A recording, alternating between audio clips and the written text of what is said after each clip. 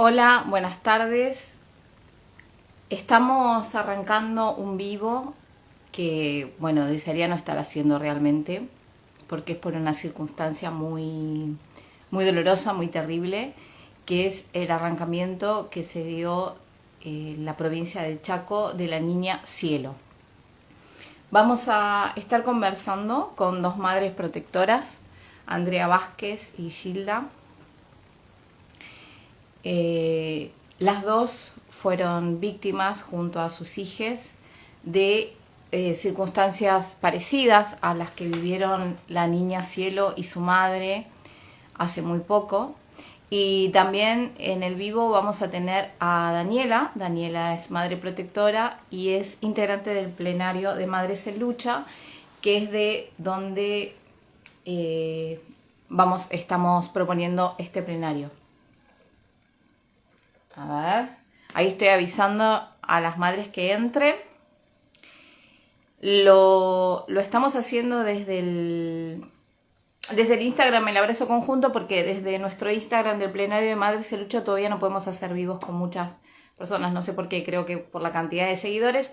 Entonces lo estamos arrancando desde el abrazo conjunto, pero después lo vamos a dejar colgado en colaboración y también lo vamos a subir a nuestro canal de YouTube del plenario. Buenas tardes a todos quienes se están uniendo, a todas. Madres en Lucha, ahí está. Bien. Instagram del plenario. ¿Estás por ahí, Daniela? Hola, hola, hola. Se unió, ahí se está uniendo. A ver. Voy a ver si bien mi Instagram funciona.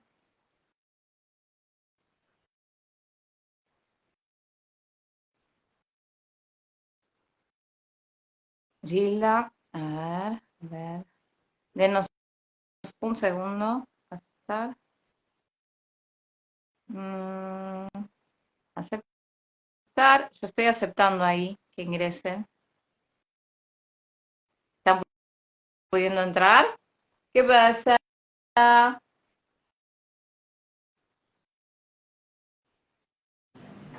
Ahí entra. Hola, Hola, hola, Gilda. Mari. Qué lindo verte, pero qué triste circunstancia, la verdad. Así es, así es. Gilda, mientras voy hablando con André y con Dani para que entren, ¿te gustaría contarnos quién sos, presentarte y demás? ¿Te parece? Así Sí, vamos agilizando el vivo. bueno, Gilda Morales es mi nombre, vivo en la ciudad de Córdoba. Me considero una activista, madre protectora, y bueno, estamos siempre en lucha por la protección de niños, niñas y adolescentes. Así que bueno, en este momento absolutamente en alerta por la causa de la niña Cielo y todo lo que viene aconteciendo, que bueno, lo vamos a ir desarrollando en este vivo. Gilda, contame qué nombres pueden tener esta situación, porque bueno, a la descripción del vivo de él le pusimos arrancamiento, pero hay varias formas de en que se denomina o que nosotras denominamos o que dominan las distintas personas este tipo de situaciones. ¿Vos nos podrías, con toda tu trayectoria que tenés y todos los años de ver, lamentablemente muchas veces esta situación, ¿no? Porque ayer veía a un periodista diciendo, esto es excepcional, que le saquen a una madre un hijo de esta manera es excepcional. Y yo por, por dentro decía, no es excepcional, querido, pero bueno, ¿cómo le explicamos a las personas que no saben de esto, en primer lugar, que esto no es excepcional y después cómo lo denominamos y cómo lo encuadramos? Mira, comenzando con la misma historia de siempre, esto no es excepcional, el tema es que estamos hablando de cientos de causas con estos operativos donde se ejecutan, digamos, estos arrancamientos que yo les llamo con amplia violación de derechos humanos descarnados. Y bueno, lamentablemente pasa muchísimo, muy seguido. Lo que pasa es que, bueno, en la mayoría de los casos son historias absolutamente invisibles, que no llegan a los medios, que la gente no tiene idea. Y bueno, siempre está el primer runruneo, que es este cuestionamiento social que se hace diciendo que para que le saquen a la madre un hijo o una hija, necesariamente tiene que haber un argumento, una causa muy válida para llegar a esto.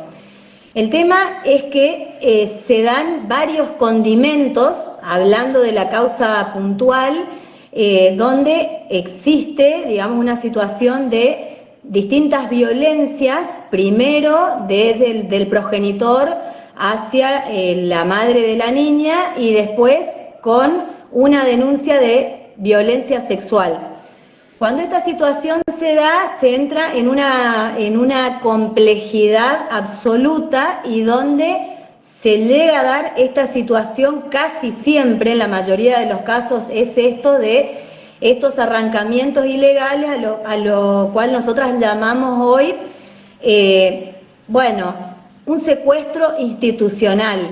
Esto no es algo que esté reglamentado en nuestro ordenamiento jurídico, pero bueno, para ponerle un nombre a las cosas, ese es un nombre que venimos utilizando para visibilizar esta situación tan dolorosa, tan aberrante, y de la cual además la sociedad lo ha naturalizado a esto, ¿no? Porque ese es el máximo temor, particularmente, y de todas nuestras compañeras, ¿no? Que acá no pasa nada, que acá no pase nada y que nos quedemos solamente con este prejuicio, bueno, pero hay que ver qué ha pasado acá, por qué se la sacan a la madre, o sea, como si esto fuera, digamos, un tema de que, bueno, como la chiquita no iba al colegio, o no le daban de comer, o bueno, o había otro tipo de situaciones, se llega a esto. Bueno, nada más alejado de todo esto contiene la causa que nos ataña hoy. Gilda, contame, a ver, porque este imaginario de que es muy difícil que le saquen una hija a la madre, ¿no? Es un imaginario que tiene que ver, desde mi entender, vos me dirás, me profundizarás más esto, con un cambio que hubo en las leyes en los últimos años con respecto a los cuidados. Es decir, evidentemente hubo una época en que esto no pasaba tan seguido o no pasaba con este modus operandi de ahora, ¿no? La amenaza de los violentos, de si me denuncias te voy a sacar a los pibes, es vieja vieja como el mundo, es decir, ellos siempre han amenazado a las madres para que no los dejen o no los denuncien con te voy a sacar a los pibes. La amenaza estuvo siempre.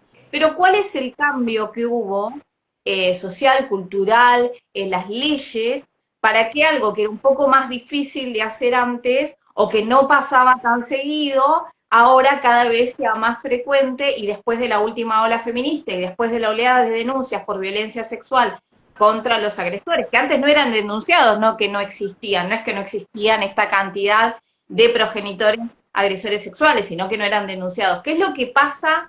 ¿Hay un antes o un después y un después? ¿Y cuáles son los ejes que arman este antes y después que la mayoría de la gente no se ha alcanzado a actualizar, de que en realidad ese imaginario de a una mamá es muy difícil que le saquen un pibe, tiene que estar hecha mierda, drogada, tirada, dándose con heroína y con el pibe cagándose hambre al lado para que se lo saquen? Entonces piensan que cuando hay un arrancamiento así, y es porque está todo mal y es la última instancia, no le quedó otra a la jueza.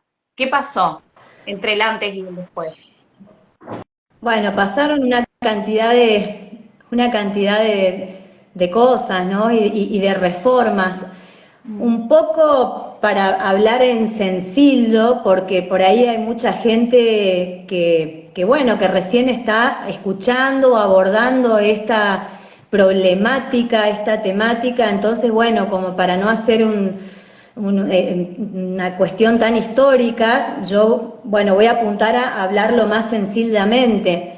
En el 94 en el año 1994 hubo una reforma en el Código Civil argentino donde los cuidados, vamos a decirlo así, de un niño o de una niña pasaron legalmente, digamos, a ser compartidos. Entonces, a partir de eso se marca un antes y un después, digamos, y con todas también las nuevas normativas, bueno, ni hablar con la ley Micaela, que ya es mucho más nueva, digamos, y todas las legislaciones que se hicieron, digamos, provinciales y nacionales con respecto a la violencia familiar, bueno, empiezan a haber lo que se llama muchísimas más denuncias formales, digamos. También, o sea, hay una conjunción de cosas que se van dando con el tema de las estadísticas, la educación, digamos, que llega, digamos, a todos, ¿no? La educación nueva con la ESI y que trae y pone este tema sobre la mesa. No es que esto no existía, sino que siempre estuvo. Entonces empieza a tener más un registro, digamos, de toda esta cuestión formal de las denuncias, pero también el tema del avance tecnológico que ha sido entre el año 99 y el 2000, también influyó en esto. Y ni hablar después cuando todo, o en la mayoría de las provincias, el sistema completo judicial se digitaliza. Entonces, porque hoy podés hacer, por ejemplo, denuncias directamente a través de una página web, ¿te das cuenta? Entonces, la visibilización también de las causas, cualquier tipo de causas, ¿no? De distintas violencias, tiene más llegada a toda la sociedad en general, porque hoy la llegada es un celular en la mano, todo el mundo tiene una cámara, puede hacer un video y bueno, y puede informar o decir, bueno, a mí me está pasando esto. Entonces, de pronto, toda esta cuestión controversial empieza, bueno, a debatirse, unos a hablar por acá, otros por allá, y en realidad siempre ha existido, solamente que ahora nos enteramos. Por esto que te estoy explicando, o quiero tratar de que seas un poco más sencillo, ¿no? No es que no haya existido o que ahora de pronto hay una epidemia de femicidios, una epidemia de violencias sexuales o todo tipo de violencia. Siempre estuvo, ahora la gente lo está viendo nada más porque estamos todos conectados. Esa es la única diferencia. Yo recuerdo en un momento, hace unos 10 años, que muchas compañeras militantes en contra de la violencia sexual hacia niñas y adolescentes y madres protectoras decían, nos están cagando con estas leyes y con estos cambios que están poniendo, nos están cagando porque si bien supuestamente te las venden como ahora los tipos se van a hacer cargo de lo que se tienen que hacer cargo, en realidad era como modificaciones y también modificaciones sociales que estaban invisibilizando las cuestiones de fondo que tienen que ver con que en el caso, por ejemplo, de la temática violencia sexual hacia niñas y adolescentes, el mayor porcentaje de los agresores son los progenitores. Entonces, si vos a los progenitores le das más derechos sobre los cuidados de la niña, ese 90% de agresores sexuales le viene pero como anillo al dedo la cuestión de los cuidados compartidos y decir, bueno, pero yo también y qué sé yo. Ahora, vos contame, si querés, un poco de cómo llegás a la temática y cómo ves esta situación actual del arrancamiento de la niña Cielo, que, bueno, vos hablas de las redes y ahora tenemos un secuestro institucional transmitido casi en vivo, digamos, lo vimos al rato de que pasó, de manera muy cruda, muchas tomas, muchas cámaras, lo cual además quiero comentar para la gente que no sabe o que no está en la militancia, disparó obviamente muchas angustias y muchos recuerdos horribles y mucho miedo en muchas mujeres que están muchas madres protectoras que están en situaciones muy parecidas, ¿no? Con el miedo a que les secuestren a les hijes, porque estos secuestros obviamente son una manera de tratar de chupar a la niña para que se calle, para que después vaya al juicio, digamos, con un relato que favorezca al agresor.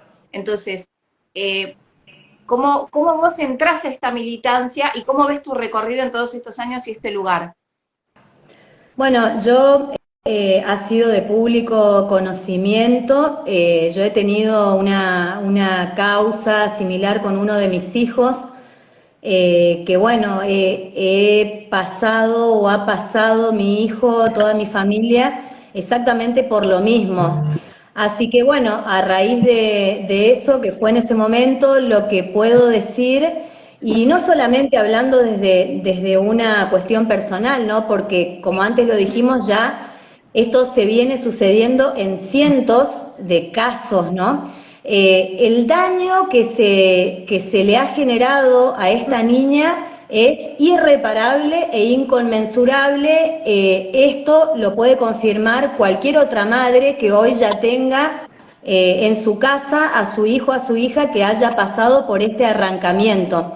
Lo que se vio simplemente, o sea, o al menos para mí, no tiene, digamos, a ver, no resiste ni el más mínimo debate. No sé, a ver, para que ahí la veo a Andrea. Bueno, Hola. antes de seguir hablando, para que se presente Andrea y bueno, después continúo. A ver si me escuchan. ¿Me escuchan? Hola, Sí, sí, Gilda, ¿cómo están? perfecta, perfecta. ¿Cómo están? Perdón por llegar tarde, corriendo. Bueno, sí, te escuchaba con atención, Gilda, y por supuesto que coincido. Yo soy Andrea Vázquez, madre protectora. Yo hablo de otro término, ya que preguntaste en un momento cómo nominamos este tipo de violencia particular, porque es una violencia dirigida hacia madres, mujeres madres, específicamente dirigida a esa población, y yo la denomino amputación, porque considero, comparando quizá por mi profesión, ¿no? Que es un arrancamiento, pero en un arrancamiento dejarías todo enchastrado, sangre, bueno, en este caso más o menos, ¿no? Pero en esto es un como sí, ¿no? Disfrazado de que es una decisión judicial. Por eso, entonces cortan y coagulan para que el charco no nos inunden, y entonces no es que el tipo se llevó, en este caso, o el perpetrador se lleva a su hija, a su hijo. No, no, la justicia o el Poder Judicial entrega a estos niños, niñas, a los perpetradores. Por eso me gusta el término amputación. Y bueno, no sé en qué iba la conversación, porque ahí sí se me cayó. Estábamos comentando con Gilda cómo es que en el imaginario de la gente la posibilidad, pues yo veía ayer en una de las cuantas cosas que anduvieron circulando, como un periodista decía, esto es excepcional, que le saquen una madre, un hijo y de esta manera es excepcional. Y cuando yo escuchaba eso decía, inocente palomita, no sabes cuán seguido pasa esto. La mayoría de las personas ante un secuestro institucionalizado dice, como decía usted al principio, debe haber pasado algo, la madre debe haber hecho algo muy grave, muy malo, para que la pobre jueza o el pobre juez no le quedó otra, pobrecito, que decir, le voy a sacar el pibe o la piba a la mamá, ¿no? Porque en el imaginario es, una madre tiene que estar detonada y tiene que haber hecho cosas terribles para que le saquen la tenencia, como le dice la mayoría de la gente, los cuidados y demás. Entonces, Gilda hablaba de los cambios que había habido en la ley en todos estos años. Yo comentaba en un momento esto de que la amenaza de los agresores con respecto a sacarte a tus hijos es histórica. Esto de si me denunciaste saco a los pibes, si me dejaste saco a los pibes. A ver, hemos tenido en las últimas semanas un montón de filicidios en contexto de violencia vicaria, ¿no? Este chabón que se ató con sus 3 hijas y se tiró al río Paraná porque la mujer, la ex pareja, le dijo que no quería volver. Este otro que mató de 13 puñaladas a una nena, a su hija, también para lastimar a la madre. Lo que pasa que obviamente esos casos no son tan distintos como los del uso de Dupuy, estratégica y convenientemente para el sistema patriarcal, obviamente. Entonces, Gilda contaba, que ahora también si querés, Gilda, podés extenderte un poco después de que André nos cuente el recorrido de estos 10 años, o un poco más de 10 años, desde que el imaginario social decía es imposible que le saquen una madre a una madre sus hijas, y la realidad de el aumento de los secuestros institucionalizados, porque obviamente nosotras sabemos, y está bueno comunicarle a la gente, que los agresores sexuales están organizados, se pasan las estrategias, y una de las maneras de conseguir impunidad es secuestrar al pibe y decirle que se calle la boca, básicamente. Y después lleguen al juicio, a la cámara Gesell y qué sé yo, callando la verdad. Contanos un poquito vos, André, y después retomamos con Gilda. Sí, bueno, coincido en que esto existió desde hace mucho tiempo, son estrategias de restauración del orden patriarcal, o sea, la mujer en su momento confinada a las tareas domésticas, cuando la mujer avanza bueno, adquiere ciertos derechos, siempre seguimos siendo ciudadanas de segunda, muy por más que feminismo que haya, somos ciudadanas de segunda categoría. Primero está el hombre, hetero, cis, y después el resto. Y por supuesto que las niñeces lo mismo, ¿no? Con este concepto de dueñidad y la dueñidad es de los cuerpos y de los territorios, y los cuerpos como territorios de conquista, ¿no? Los hijos son parte de un territorio, y es decirnos a mujeres madres, porque no son cualquier mujer madre, esto vos lo sabes muy bien, Gilda, se lo hacen a quienes, por supuesto, nos va a generar un orden, un daño tremendo sacarnos nuestros hijos, pues si no nos importarían nuestros hijos no sería un daño. Entonces saben perfectamente, eligen muy bien a qué madre le van a hacer este daño, esta crueldad, como dijo recién Gilda, coincido, produce un daño insusceptible de posterior reparación. Y como también coincidimos en esto, también a mí me secuestraron mis 3 hijos y solo recuperé a 2, pero los daños son irreparables, los podemos ver bien, escuchamos en el documental hablar a Tomás y contar las barbaridades, las situaciones aterradoras por las que atravesó, pero el daño está hecho, o sea, y es irreparable. Y lejos, muy lejos está de ser una cuestión excepcional. Acá estamos reunidas 3 madres protectoras que hemos sido víctimas de esta estrategia siniestra de restablecimiento del orden patriarcal. Y sí, por supuesto que hace a mí en el año 2012, si le preguntaban incluso a mi familia, che, pero tu hija es drogadicta, tu hija es prostituta, como si fuese, digo, una persona que consume, el Estado debe proveerle ciertos medios para que se recupere, no sacarle a los hijos y mandarlos a dónde, a una institución, y mucho menos, digo, si eso fuese porque hacemos algo, entonces ¿por qué a los perpetradores, a los pedófilos, les entregan los hijos? O sea, esto es, hay que desandar todo un camino que es culparnos a nosotras de obstruir un vínculo como medida de protección en todo caso, y por medio de esta obstrucción del vínculo y una ley que es la ley de impedimento de contacto se nos criminaliza. Después se nos acusa, patologizándonos, de alienar a nuestros hijos o sus pseudoconceptos, ¿no? Que porque alienación parental prácticamente no lo usan porque ya está como medio quemado el término, pero algunos no tienen ningún empacho en decir alienación parental, lo siguen escribiendo hoy en día. Entonces, acusándonos de llenar la cabeza las palabras de las víctimas de nuestros hijos, hijas, hijes en cámara Gesell o en cualquier instrumento que se utilice para escuchar su relato, son tildadas de discurso materno. Y encima ahora están avanzando por una ley y pretenden llevar al Congreso, sabemos de la mano de Lozada, de Cuño Limarona, el ministro de Justicia de la Nación, un proyecto de ley que no lo trataron este año porque se quedaron sin sesiones extraordinarias, y avanzar para criminalizar a quienes denunciamos nada más que nada menos que incesto, y a las defensoras, que por la mayoría de los casos son mujeres, las peritos y peritas y las comunicadoras y comunicadores que nos acompañan. O sea, ven por el combo completo, ¿no? Contra la ideología de género. Lo dice así textual el ministro de Justicia. A mí lo que me llama la atención, no sé si a ustedes también les pasa, es cómo en la temática violencia sexual contra niñas y adolescentes se pierde toda lógica, ¿no? Parece que hay una especie de, no sé, malambo mental que le pasa a mucha gente que pierde toda lógica. Por ejemplo, ante este arrancamiento de la niña Cielo, ¿qué va a decir el agresor sexual? Más que soy inocente y la madre está loca, está mintiendo. ¿Qué va a hacer? ¿Declararse culpable para que le claven de 1 a 25 años? Obvio que va a decir que es inocente.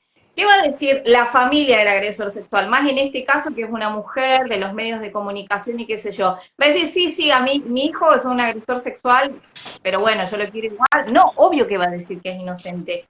¿Y qué van a hacer ante la posibilidad de que el chabón pase 10 años, 15 años, 20 años en cana? lo posible y lo imposible para evitarlo, obviamente. Y eso, lo posible y lo imposible en evitarlo, está, digamos, es directamente proporcional al poder político y económico que tenga el agresor o la familia del agresor. Bueno, nosotros sabemos que evidentemente sí hay agresores sexuales que son progenitores que terminan siendo condenados. Por lo general son pobres Y y no tienen pobres. porque el agresor sexual que es rico, tiene plata y tiene contactos y está entongado con el poder político, excepcionalmente termina preso. Entonces, ¿cómo es que el promedio de la gente pierde la lógica que tendrías en cualquier otra situación, en no pensar, obviamente que el agresor va a decir que es inocente, obviamente que la familia del agresor va a decir que es inocente, obviamente van a decir que la madre está loca, obviamente, porque si la madre no está loca, es que el tipo es un agresor sexual, es un pederasta, es un pedófilo, es un violador, y obviamente lo que van a decir es que Niña está mintiendo. ¿Por qué? Porque Niña como sujeto de derecho es algo que está más en las leyes que la sociedad, digamos, que la sociedad común y corriente, que en el día a día, ¿no? Ahora, ¿qué pasa con esto? Que esto es una pregunta que me gustaría hacerle a ustedes dos, con respecto a nosotras decimos por lo general, yo sí te creo, las niñas no mienten cuando relatan haber sufrido violencia sexual, cuando relatan de la manera que pueden. ¿Qué pasa con las violencias psicológicas que ejercen sobre las niñas que en algún momento hicieron un relato veraz de violencia psicológica, física y sexual, que después son chupados, como le pasó a tu hijo mayor, Andrea, son chupados por el agresor y les violentan tanto, que reciben tanta violencia, están en niveles tan grandes de disociación que empiezan a aliarse con el agresor, ¿no? Y ponerse en contra de la madre protectora. A ver, nosotras desde el conocimiento que tenemos sabemos que esa es la intención en el arrancamiento de la niña cielo, claramente, chuparla, quemarle la cabeza con un montón de violencia psicológica, violencia vicaria, amedrentarla, asustarla, y después prepararla para que se alíe con lo que el agresor necesita, que es que se calle la boca, ¿vale? ¿Cómo le explicamos esto a la sociedad que no sabe cómo funciona todo esto? Porque obviamente el discurso del inexistente síndrome de alienación parental se filtra, ¿no? En la sociedad que ignora que eso no existe, ¿no? O que es, digamos, que es algo inventado para ayudar a los agresores, y se genera toda una confusión entre las niñas no mienten, pero después pueden ir y encubrir al agresor, y mucha gente no sabe qué es la retractación posterior al develamiento. ¿Cómo le podemos explicar a la gente todo esto? Y bueno, pues, se me ocurre una cosa, perdón por tomar la palabra, pero justo estamos con este tema, me parece en estado incandescente, además del secuestro. La adolescente que concurrió al Senado, Annette Jazmín Carro, al lado de su madre, su progenitora, y dijo que había mentido y que su progenitor había sido encarcelado y que ella había mentido, que había sido en todo caso condenado, porque además fue condenado por un tribunal a creo que 15 años, ¿no? ¿Fue Gilda? 15 años de Sí. prisión. Bueno, y esa niña, adolescente, o sea, joven, que, bueno, las pruebas en la causa y el tribunal que condenó a su perpetrador nos dan la razón en cuanto a que esta niña se retractó por coacción. Si se lee en la causa es algo terrible porque se hacen a situaciones tremendas que ha padecido, pero las situaciones de abuso se dieron en el marco incluso de connivencia con esta madre que la llevó al Senado a hablar y decir lo que dijo, ¿no? Si se lee la causa minuciosamente. Lo que se hizo es aberrante, pero bueno, no, digo, de esa misma forma que esa niña, es adolescente, yo la veo como una niña porque, bueno, no por la edad de mis hijos, que con la voz quebrada y con un elevado monto de angustia relató que había mentido porque le quisieron poner límites. Yo lo primero que se me cruzó por la cabeza fue a mi hijo mayor. Eh, y ver su estado, ¿no? Cada víctima tiene su tiempo, es difícil hablar desde el lugar en el que estamos ahora de qué les pasa, porque realmente no sabemos. Sí sabemos de los que volvieron, de los que pueden contar, qué es lo que pudo haber pasado, pero a cada uno le sucede, o a cada una le sucede de distintas formas. Mis 3 hijos, los 3 les pasaron cosas y a los 3 fueron cosas diferentes, y las vivieron de forma diferente, y los abusos fueron diferentes. Desconocemos, porque la verdad que hasta que esa persona, ese adolescente, ese joven no se libere, no va a poder hablar. Y quizá nunca pueda hablar, puede decirlo Gilda también. O sea, pues están rotos. Sí, yo volviendo, digamos, a lo que, bueno, por lo que estamos, que es la causa de la niña Cielo.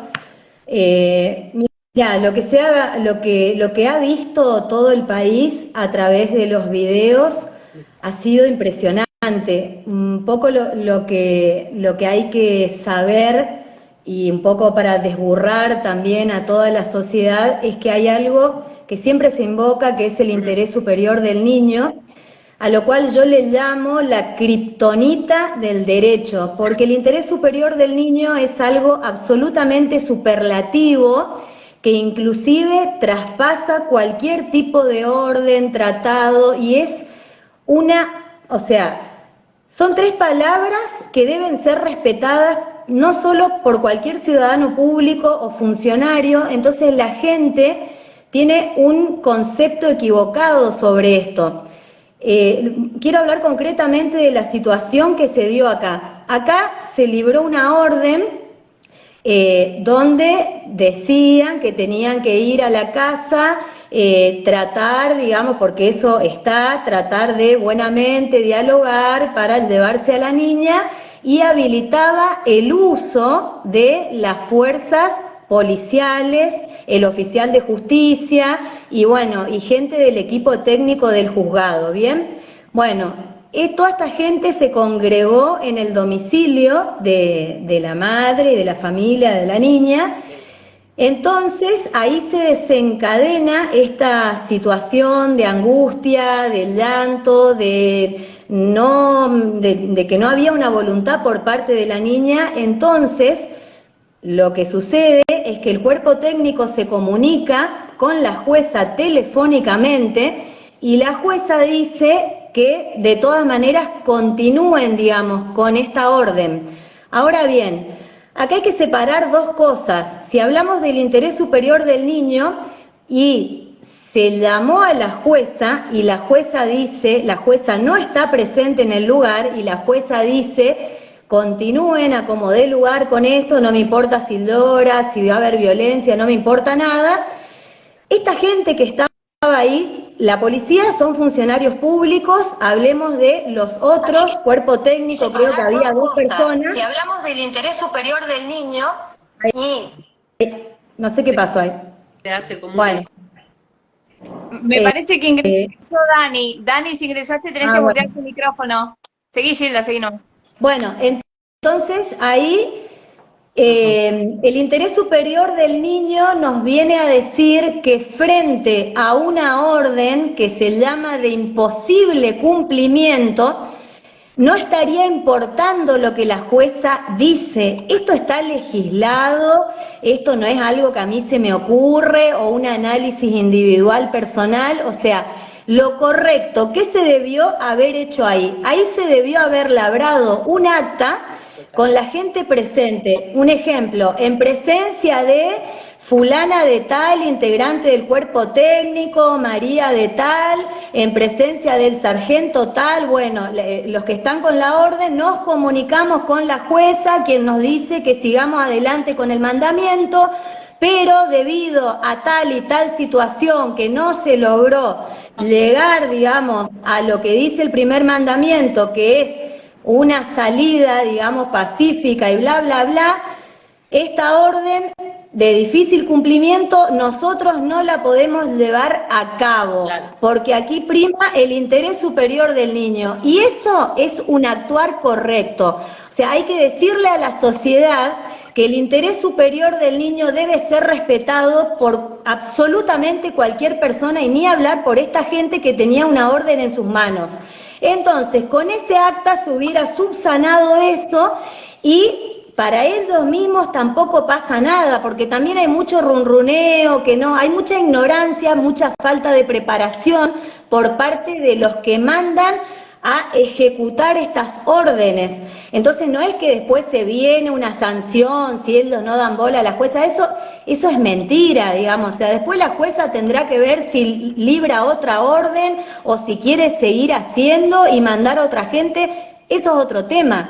Pero un buen actuar es del cual les estoy hablando. Eso no sucedió, o sea que todo esto en el medio del quebranto, digamos, del desastre que vimos, todavía hay que empezar a contestar mensajes, o sea, con gente diciendo, bueno, no importa, pero hay que sacarla como del lugar, o sea, no se puede, claro, no se puede tomar, no se puede elevar, no se puede utilizar como un objeto a una niña que es sujeta de derecho y donde su voluntad es lo primero, en pos de la voluntad de una abuela, que yo en un mensaje puse eso, le veo garras en vez de manos, a los tironeos, a los gritos, o sea, es una cosa que no resiste ni siquiera el mínimo sentido común. Ahí no hay amor, o sea, no hay absolutamente nada, porque el sentido común, ¿qué te dice? Yo si soy abuela, está bien, no la veo, todos los condimentos que ya sabemos, o sea, vos no podés llevar a una nieta bajo esas condiciones, o sea, lo siento mucho y lo lamentable es que eso no sucedió. Entonces, descarnadamente vimos el accionar de personas inescrupulosas, siniestras, perversas y todos los apelativos juntos. Ahí, bueno, para que le dé lugar un poco a Dani que entró recién, me corto un poco. Bueno, vos hablabas de cómo esta abuela la saca y, digamos, una de las cosas que se ve en el video y tendría que haber sido fundamental a la hora de esto que vos decís es que la propia niña le empieza a pegar a la abuela para que enfrente a la mamá. Si la propia niña dice, no, me quiero quedar acá, salí. Es decir, ese rechazo tan tajante y tan absoluto tendría que haber, pero alcanzado y sobrado, ¿no? Es más, ni siquiera eso, la abuela y el abuelo no tendrían que haber ingresado al domicilio. Cuando la nena está llorando y diciendo no quiero, listo, ya está, no ingresan. Pero claramente, bueno, era más importante el adultocentrismo y la alineación con los agresores sexuales. Dani, contanos. Me perdí lo que estuvieron hablando porque tuve serios problemas de conexión. Entonces no sé si voy a seguir el hilo de lo que estaban hablando o voy a seguir el hilo. Otra cosa a tener en cuenta es que había otra menor, que es la hermanita, que en un momento hasta empujan al progenitor con la bebé en los brazos. Esa abuela empuja a la hermanita, que es prácticamente una bebé, que también está separada de su hermana. O sea que también se están vulnerando todos los derechos de la hermanita, ¿no? Que no tiene ningún contacto ahora con la hermana, que era una hermanita que estaba todo el tiempo con su hermana, jugando con su hermana, viviendo con su hermana, compartiendo todo con su hermana. Además, cuando se ejecuta la orden empieza siendo pacífica y ante la negativa de la nena, ante la negativa de Cielo, es que irrumpen totalmente, de forma totalmente bestial y desconsiderada, esos abuelos a arrebatarla de esa manera. Porque primero se intentó, pero la nena dijo que no, y nadie la escuchó. Ese es el punto. Escucharla, no la respetaron. La escuchamos todas. Mira, hoy por parte... Ay, perdón. Hoy por parte de la jueza volvió a salir un comunicado oficial donde la jueza comunica que ha mandado un cuerpo técnico a la casa de los abuelos. Entonces, para resumir, el cuerpo técnico dice que bueno, que la niña estaba haciendo una tortita y que todo bien y que ellos sugieren que sigan con los abuelos y aquí no pasó nada. Bueno, yo lo que tengo para decir es que leer este comunicado y esto que hizo la jueza, o sea, es un mamarracho que, no, bueno, es impresionante, digamos, porque, a ver, yo voy a explicar cómo pasa un poco esto. Acá estamos hablando de una niña que tiene 6 años de edad, no tiene absolutamente ni una sola herramienta intelectual para, primero, que van, no sé si mandaron 2 o 3 personas extrañas, van una horita con toda la furia y si un poquito más, bueno, no hace la diferencia, a la casa de los abuelos que previamente a eso, bueno, vamos a preparar la torta y que todo vaya bien. O sea, una niña de 6 años, después de este trauma tan grande que salió, digamos, que se la llevaron llorando, que no entiende nada, que se va a un lugar extraño, que no prácticamente no sé cuánto tiempo pasó, que no sabe ya ni quién es esta gente, no importa la legalidad si son los abuelos o no. Entonces, en la psiquis de un niño hay que pensarlo, toda la gente que tiene madre o inclusive que ha sido un niño. La niña ni siquiera está hoy ni disociada ni nada, está con ese miedo, con esa cuestión de que no sabe qué pasó. Entonces simplemente entra en una cuestión distractiva y de entretenimiento. La distraen, la entretienen y con el verso, dale que va, que no te preocupes que ya la vas a ver a tu mamá y ahí el versito de turno.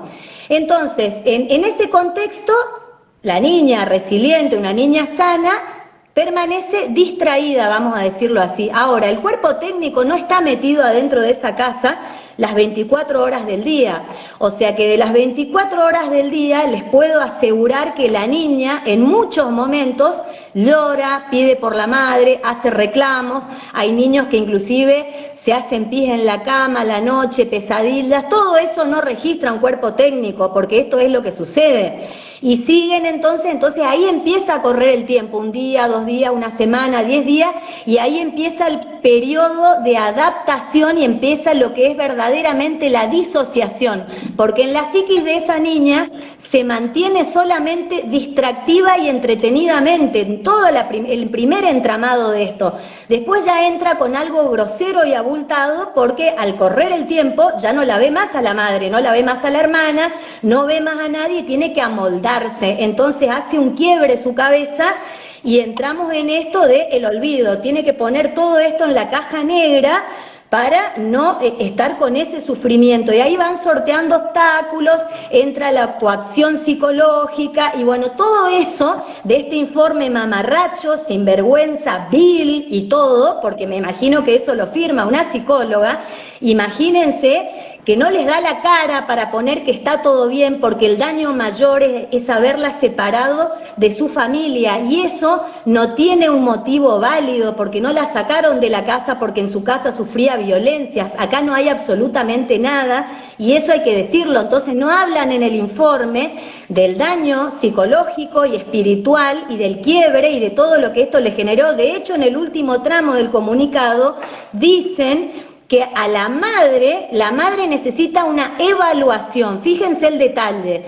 Entrevistaron a los abuelos y todo bien, ¿entendés? Con el cuentito de hadas de la hechura de la torta ahí con la niña, y los entrevistan a esta gente. Pero dicen en el último tramo que a la madre hay que evaluarla. No pusieron vamos a entrevistar a la madre, a la familia o a ver cómo está la hermanita. La evaluación incluye psicólogos, psiquiatras. Estamos hablando de una evaluación sobre el estado mental de la madre. No dicen vamos a entrevistarla. Entonces ahora arremeten contra el cuerpo y la parte psicológica y espiritual de una madre que está destruida, de una madre que hace 3 años viene sosteniendo una causa con persecución de todo tipo, bozal legal, multas por hablar, acusaciones de todo tipo porque no encontraron nada, mentiras de que no llevaba a la niña al colegio, un tipo que está condenado con otra causa elevada a juicio, y siguen arremetiendo. Ahora hay que evaluar a la madre, posiblemente, o sea, vamos a decirlo así, ¿qué evaluación va a pasar una madre que está angustiada, con ansiedad, con una cantidad de cosas y con un shock postraumático? La hemos visto en las filmaciones, la hemos visto saliendo de la casa de gobierno. O sea, esto es una barbaridad que no se puede permitir más. O sea, informes paupérrimos, informes que parece que ni siquiera estudiaron en ninguna facultad. ¿Qué pasa, Gilda? Que todos sabemos que es imposible que la madre tenga un buen informe psicológico en esta situación, porque después de que te arrebatan a tu hija de esa manera, ¿a quién le puede dar bien un informe? A Perdón, nadie. perdón, A ver, el perdón, punto es que la perdón. madre no tiene que ser sometida a ninguna Exacto. evaluación, o sea, si la sociedad no lo tiene en claro a esto, ¿saben lo que pasa acá? Ahora viene, fíjense cómo es el entramado. El progenitor de la niña ya tiene una condena por violencia de género hacia la madre de la niña, ¿no? Porque la tiró de un auto, la agredió, como para mencionar dos cosas. Bien, tiene una condena. Está esperando un juicio en una causa de violencia sexual para el año que viene. El entramado se los voy a hacer cortito como es. Ellos mandan la orden, la jueza saca a la niña antes de la feria judicial, porque estamos hablando que quedan menos de 7 días, la sacan con toda esta crueldad y ahora la van a incomunicar a la niña con toda la familia porque el castigo hacia la madre es adultocentrismo, como mencionó Andrea, es lo que prima y ahora la estrategia de los abuelos que tienen que sostener y proteger a su hijo condenado, porque ese es su estado procesal, es tener a la niña, que es un botín. Escuchen lo que van a hacer. Posiblemente a la niña la lleven a una cámara Gesell, estando bajo su poder, para que de eso surja que no hay nada y entonces instar el sobreseimiento de este tipo en la causa penal. O sea, esto es 2 más 2, 4 y es muy sencillo, digamos, porque no les queda otra. Entonces, mientras tanto, todo el descarnamiento, esto, una niña aterrorizada, hablando adentro que no sabe ni qué le pasa, y acá no pasa nada, digamos. Esto es fundamentalmente lo que no se debe permitir más. Entonces, a evaluar a la madre, digamos, a estos tipos, a esta jueza, nadie le va a hacer pericias psiquiátricas nunca, nadie le va a pedir el apartamiento. O sea, lo he escuchado al gobernador también, que bueno, él desde el Poder Ejecutivo lo que, viste, ordenó que todo se solucione rápido. Bueno, doy un poquito acá, un poquito para allá y no pasa nada. Ahora, el mismo cuerpo técnico, la misma jueza aferrada a esto, no tiene ni vergüenza, digamos, y todo está apuntando a sobreseerlo al tipo. Y les explico por qué. Porque si el tipo en la causa de violencia sexual que tiene sale sobreseído, todo esto cae y dicen, ¿vieron? Nosotros teníamos razón, actuamos bien, acá no hubo nada. Ese es el resultado que están buscando y no van a volver atrás y no quieren volver atrás porque ya se mandaron todo esto que no se imaginaron que iba a haber videos y que iba a tener la repercusión pública que está teniendo. Entonces, esta es la que se viene. Acá ninguna de nosotras ni la sociedad debe, digamos, ser tan estúpida para no entender lo que les estoy explicando, ¿no? Hilda, es muy claro lo que vos explicás y es absolutamente así, pero nosotras sabemos que es así porque también nos sucedió, porque sabemos que es una estrategia armada a medida. No es este caso, ese caso, el de la niña cielo, en el que están usando esta estrategia para que esa niña se destroce, para que pase el tiempo. Digo, cuando vos hablabas de estas maniobras distractivas, voy a hacer, en mi caso, hay informes, fueron más torpes, informes en los que había psicólogas prácticamente en turnos de 8 horas y contaban que los niños decían, mis 3 hijos, ¿dónde está mi mamá? Vos sos la paloma mensajera del juez, decirle que la queremos ver. Y lo escribieron, lo escribieron. Eso quiere decir que son impunes, que lo que escriban, incluso aunque hagan una evaluación de la madre en este estado, una persona besada, una experta para hacer pericias, va a decir, esta mujer está realmente en un estado de shock, en un estrés postraumático, porque sufrió el secuestro de su hija. Pero lamentablemente sabemos que eso no es lo que va a decir la pericia, porque está todo armado a medida de un resultado, y el resultado es el que vos dijiste, que este sujeto, que ya está condenado, queda impune, porque la mayoría de los casos son así. Hay un comunicado que sacó la Asociación de Magistrados y Funcionarios Judiciales de la provincia de Chaco, no sé si lo vieron, que en una de las placas dice, en ese sentido, la divulgación irresponsable de datos, imágenes y situaciones de exposición pública menoscaban la dignidad y resultan perjudiciales para la integridad de la persona menor de edad involucrada, porque el interés superior del niño debe ser preservado por encima de cualquier otro interés. Es decir, que la Asociación de Magistrados y Funcionarios Judiciales de Chaco considera que el interés superior del niño es divulgar el secuestro y no secuestrar a la piba.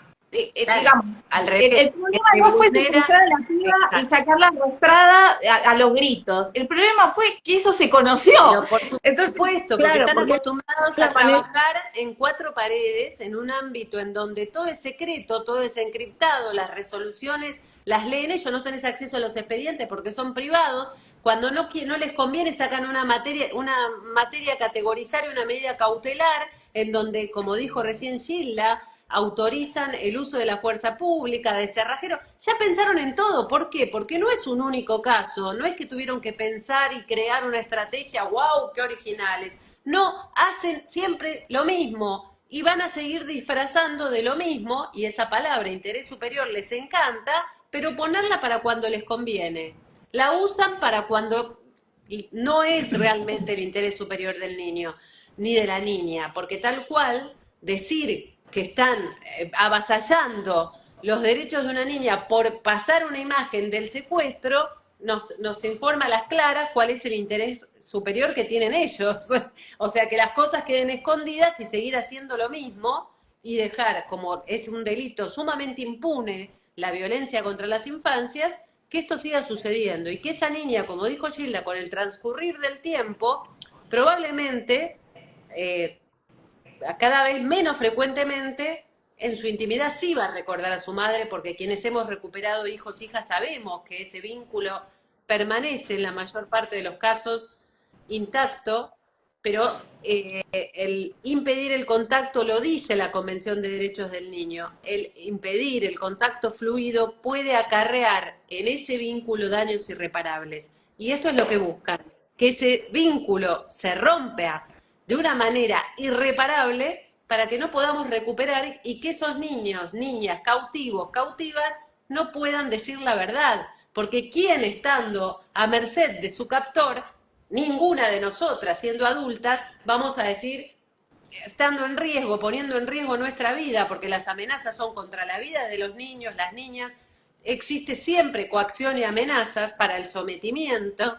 Entonces ningún niño va a arriesgar su vida ni la vida de sus madres, porque también cuidan la vida de sus madres valientemente, aún estando secuestrados. no nos olvidemos que la condena que ya tiene este sujeto es por atropellar con un auto a la mamá con la niña en brazos, con lo cual, ¿cómo esa niña no va a estar aterrorizada? O sea, ya tiene ese antecedente, ahora tiene a todos arrancándola de los brazos de su mamá. Es prácticamente cortarle la lengua para que no hable, porque no hay otra manera de decirlo. Es una tortura.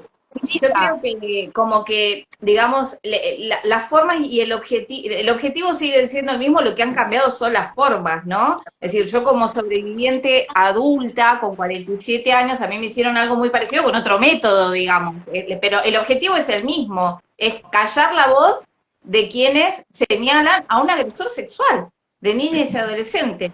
Se fueron ayornando en el cómo. Las madres protectoras vinieron a cagarle la vida a los agresores sexuales, claramente, ¿no? Son el grano en el orto de los agresores sexuales. La madre que se anima a denunciar, que no se calla, que se queja, la que visibiliza la causa más aún, la que estudia leyes más aún, la que sabe de psicología más aún, la que es militante, la que se junta más aún. Dani, vos desde tu perspectiva de abogada, ¿qué ves en este arrancamiento de la niña Cielo y cómo ves la situación? Lo que pasa es que más allá de la perspectiva que vos puedas tener legal, la perspectiva es siempre la misma, que uno entra, se acerca a tribunales para pedir ayuda y termina penetrando en los pasillos del terror, donde lo que menos hacen es ayudarte. Entonces, ves estas situaciones donde incluso el elevado a juicio es arrancado de los brazos de la mamá, donde todo se oculta, porque hay otro informe, más allá del que mencionó Gilda, hay un informe de la asesora de menores que estuvo presente en el acto que dice totalmente lo contrario. O sea, que dice que la nena no la tenían que retirar, que había hablado con la jueza, que se había comunicado, que le dijo a la jueza que la nena no se quería ir, que había que escuchar a la nena, y igual hicieron lo que quisieron. Y de ese informe no publican en la página oficial ni sacan comunicados, porque no conviene. Porque ese informe decía, solicitaba que retrotraigan la medida. Y por la asesora de menores. Pero bueno, eso Ahí no no es vinculante, en ese caso no les conviene y no es les conviene. vinculante. No les conviene. No les Claro. conviene. Qué interesante lo que traes, Dani. Me voy a tomar un segundo para leerles los comentarios que hay de las personas que están asistiendo al vivo, que tenemos 31 personas en el vivo. Gracias, compañeras, gracias, compañeros, por estar ahí, por ser parte. Ceci Fernández dice, hola Gilda, hola Andrea. Gladys Villalba dice, hola queridas Andrea y Gilda, qué gusto escucharlas. Ceci dice, otra casi mi hijo. Justicia por Canela dice, somos todas locas, la defensa de los violadores, claro, obviamente. ¿Qué van a decir los violadores de niñas y adolescentes? ¿Soy culpable? No, van a decir, ella es una loca, obviamente. Gladys dice, se ve un retroceso en general en la protección de las niñeces, las veo desamparadas, no solo con respecto al tema que tiene que ver con el falso SAP. En Moreno hay 103 niños en situación de adoptabilidad. Mi preocupación es que está haciendo el Estado, ya sea municipal, provincial, como el orden nacional. Siento que tenemos la ley de patronato vigente, dice. Faraona dice, fuerza Gil, justicia por Canela, ¿cuánta presión recibiría ese adolescente? Este es un mensaje de cuando hablamos de este caso del que presentó el Curro Libarona. ¿Cuánta presión recibiría ese adolescente para caer en semejante show que apoyaría las intenciones enfermas del proyecto de ley? Andrea de la Matre dice, nunca veremos un operativo así buscando un tipo violento. Es un espanto esto. Bueno, clarísimo, ¿no? Ese comentario es clarísimo. No, jamás lo veremos. Jamás veremos un operativo así con tantos policías buscando un tipo violento. Los chabones se pasan por el culo las perimetrales y llega la yuta 2 horas más tarde diciéndote, ya se fue. Pero para secuestrar una piba están todos. Roxana Mabel Bacareza dice, nadie escucha a los niños, la justicia es un mamarracho, lapidadora de infancias. Gladys dice, los servicios locales también. Roxana, una decida total. Mari Ruiz dice, un horror. La madre no tiene que defenderse de nada, comenta ahí una compañera. Justicia por Cindy dice, siempre las juzgadas somos nosotras. Bueno, lo que decían de por qué la carajo la van a periciar a la madre, ¿qué tiene que ver? La Manu dice, hay informes sobre el estado de salud mental de los abuelos progenitores del condenado por violencia. Bueno, lo que decía Gilda, ¿no? Va a la visita, la nena hace una tortita y está todo bien, nadie pide pericia para la soreta esa que sacó a la nena, la rastra y usó todo su poder económico para...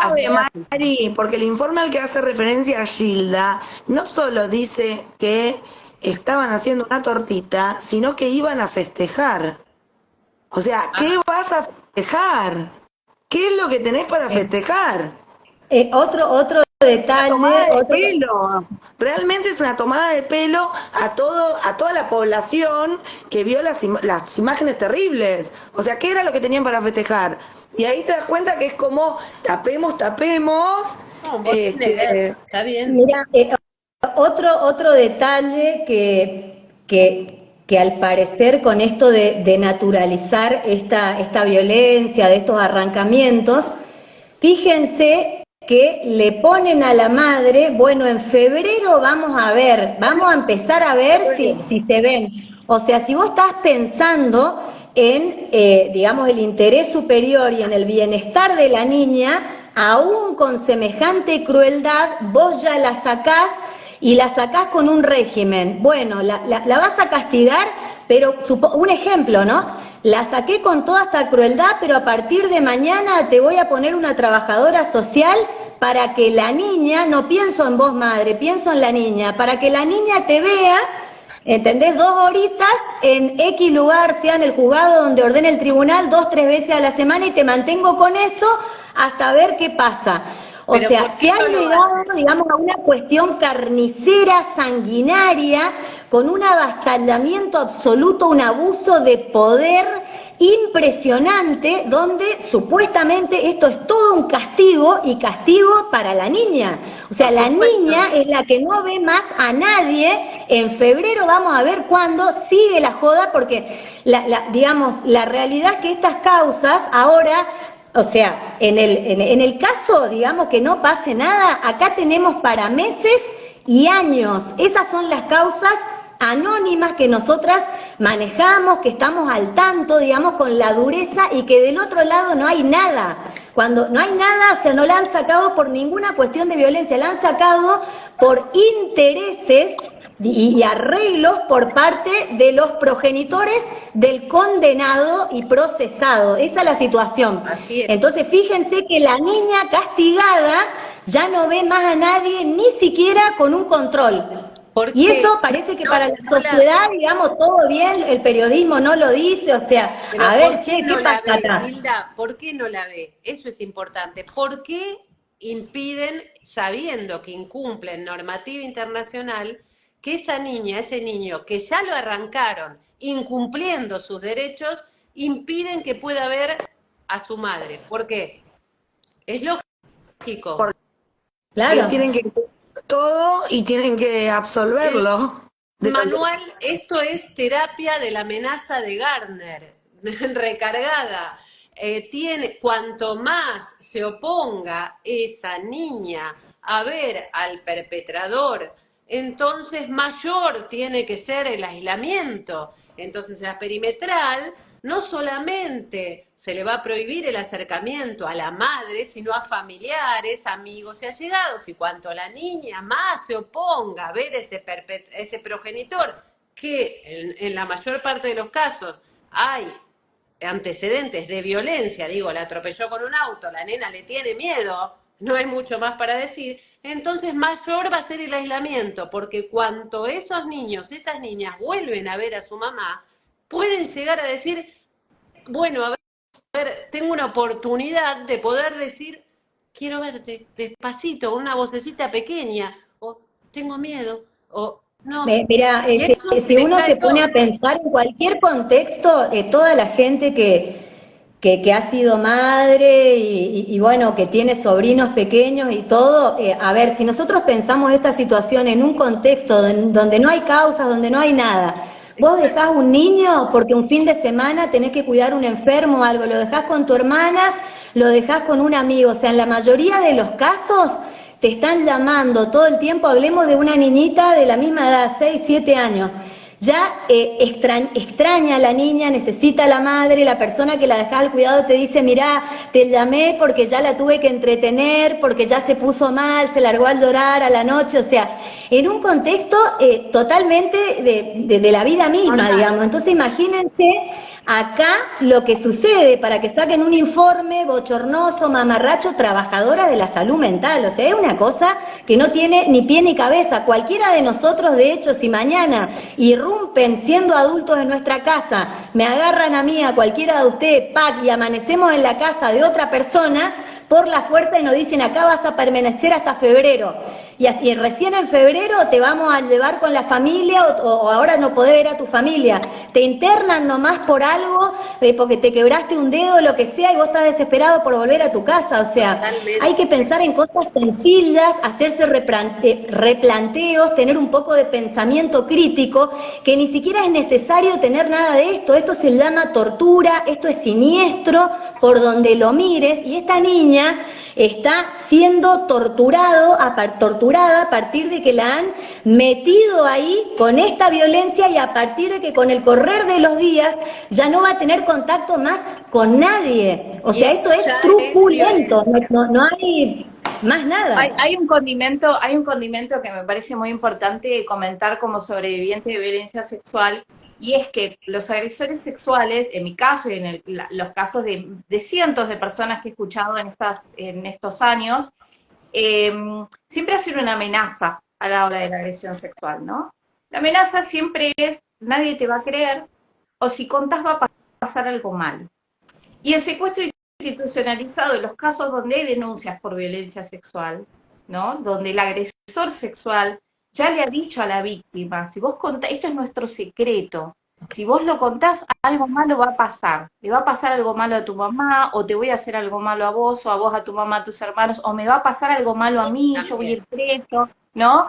Esa amenaza, el secuestro institucionalizado, viene a hacerla efectiva, claro. la hace real, la hace concreta.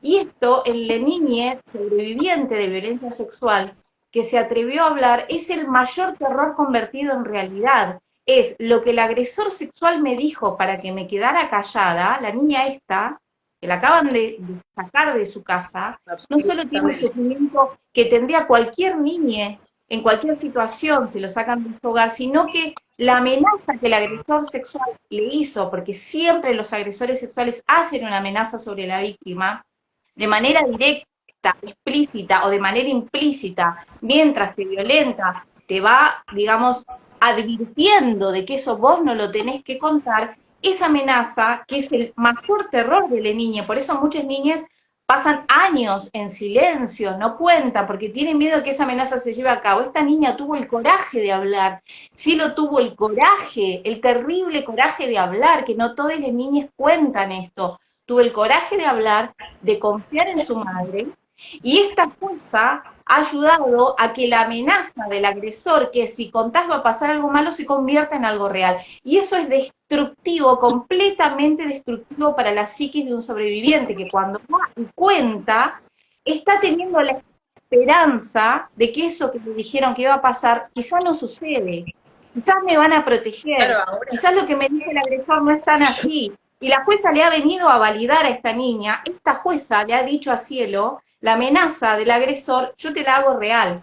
¿Sabés qué? Vos hablaste, te voy a sacar de la casa de tu mamá, te voy a llevar con tu abuelo y tu abuela, que son cómplices del agresor, y sabemos cuál es el camino que le sigue a esta causa si no logramos entre todos que esto corte ya, y es que el tipo va a salir impune, lo van a absorber y le van a dar los cuidados a él. Claramente van a decir la mina está recontra loca. y a Eso la es lo que nena tenemos la que van a hacer. seguir amenazando, porque la amenaza es ahora, pues ya sabemos, los hemos escuchado a Tomás claramente decir esto, ahora la amenaza es si vos pedís ir con tu mamá, más tiempo vas a tardar, porque tu mamá tiene que periciarse ahora, porque esto que dijo Gilda también es importante, a la madre la van a periciar, no es que la van a evaluar, como a los abuelos, ¿quién los evaluó para ver con qué condiciones estaban para recibir a esa niña? No, no, Eva, nunca perician a la familia del Bueno, perpetrador. aparentemente a los abuelos los evaluaron, pero a ver, estamos Bueno, hablando de lo mismo, Andrea, o una sea, ¿qué van a excepción. decir? Sí, está todo Está bien, digamos, bárbaro. como ahora, después de Total, esta monstruosidad, dicen la niña está haciendo una tortita y festejando, por favor, o claro, sea, eso es lo de tal menos, cual. siempre está todo bien de este lado. El abuelo que estaba todo bien lo ves agarrar a la nena así como un paquete y llevarla como un cordero. Sí, todo bien. Y también es un mensaje para quien protege a la niña y denuncia, ¿no? Por Porque supuesto, todas las madres hoy están muertas de miedo claro. de ser la próxima que salga en televisión mientras le están arrancando a su hijo o a su hija. Esa es una realidad, Sí. porque sabemos que cuando se denuncia empiezan, por ahí al principio no, porque como no les, por ahí no tienen tanto interés en la criatura, claramente no tienen interés en la criatura, porque si no, no harían las cosas que hacen, pero después empiezan a aparecer los abuelos, a pedir regímenes de revinculación con los abuelos, incluso aparecen cuando ellos ya están elevados a juicio, por ahí hay 3 años de investigación y 3 años después los abuelos se acuerdan que tenían un nieto porque el hijo está elevado a juicio. Entonces, para meter presión, para que la criatura tenga que los juzgados, para que la revictimicen y para llegar a esta atrocidad. Y porque Entonces, coaccionan también, esa presencia con el entorno del perpetrador genera coacción y terror, porque las víctimas saben, porque hay un mensaje, como dijo recién Mariposa, estos mensajes que dejan deslizar a veces son sutiles, pero a veces son totalmente siniestros. Y entonces la sola presencia de un familiar del perpetrador hace que esa niña, ese niño diga, no, mejor no hablo, no hablo no porque me conviene mirá hablar, todo lo que está pasando, no hablo porque ahora yo ya no estoy va más a con mi ser hermanita, peor. no hablo porque no veo a mis amigos, no hablo porque no puedo estar con mi No mamá, hablo, no hablo porque porque... después empiezan, no te doy la computadora, después lo sacan del colegio, después no ves tus amigos, después no vas a salir, y cuando vos no entras en caja, esta palabra exactamente dicha así, esta frase, si no entras en caja no vas a volver a ver a tu mamá. Y pasa Navidad, pasa Año Nuevo, pasan los cumpleaños, pasa el Día de la Madre, y los chicos pidiendo, y no la Voy vas a ver. Voy a leer algunos comentarios más de las compañeras que están acá en el vivo. Acá una compañera dice, claro, ¿dónde están las pericias del violento? Si las hay, siempre están en perfectas condiciones de cumplir su rol paterno. Claro, por lo general las pericias los agresores le dan perfecto. Roxana dice, tal cual, Gilda, y después van contra la madre por denuncia falsa. Obviamente, si al chabón lo observe, después van a decir que la mina es una falsa denuncia, que esto es lo de Olivarón y todas estas organizaciones. La Manu dice, es que sí, y el resto de la gente no dimensiona que está buscando un caso testigo para condenar de falsa denuncia a una madre protectora, claramente. Claramente acá están buscando un caso testigo. ¿Cuánta violencia institucional dice Floppy? La Manu dice, claro, así como a la justicia le preocupa el impedimento de contacto y nunca el abuso sexual. Exacto. El interés superior es el poder económico, dice Paola. El interés superior de los violadores, dice Andrea de la Matria. Floppy dice, y que ese niño quede tan destruido que no pueda más hablar, claramente lo que estábamos hablando. Es una muestra de poder, dice Paola, bueno, lo que ustedes estaban comentando. Justicia, Jardín 907 de Pablo dice, siguen vulnerando los derechos de quienes deberían cuidar, claramente. Paola dice, es una tortura psicológica que las niñeces estén durante parte de su infancia judicializada, es inhumano. Roxana dice, porque se van a asegurar que la nena hable en cámara GESE lo que ellos necesitan que diga, claramente como comentaba acá Gilde, como ya hablaba yo al principio, esto es una estrategia para absolverlo el año que viene, es el objetivo de este secuestro. Tienen que someterse a la continuidad de los abusos calladitas para poder vincularse. Exacto, Claro. dice la Manu. Beatriz dice, el periodismo no puede hacer nada, bueno, habla de los medios, a ver si van a activar. La Manu dice, al periodismo lo persiguen cuando hace la cobertura que ameritan estos casos, deberíamos cubrir siempre desde otra provincia. Claro, al periodismo, calculo que se referirá al territorio. Igual Dice, Corte Interamericana de Derechos Humanos, se puede recurrir, internacionalizar los casos. Eh, bien. Tardan 10 años para abrir un caso.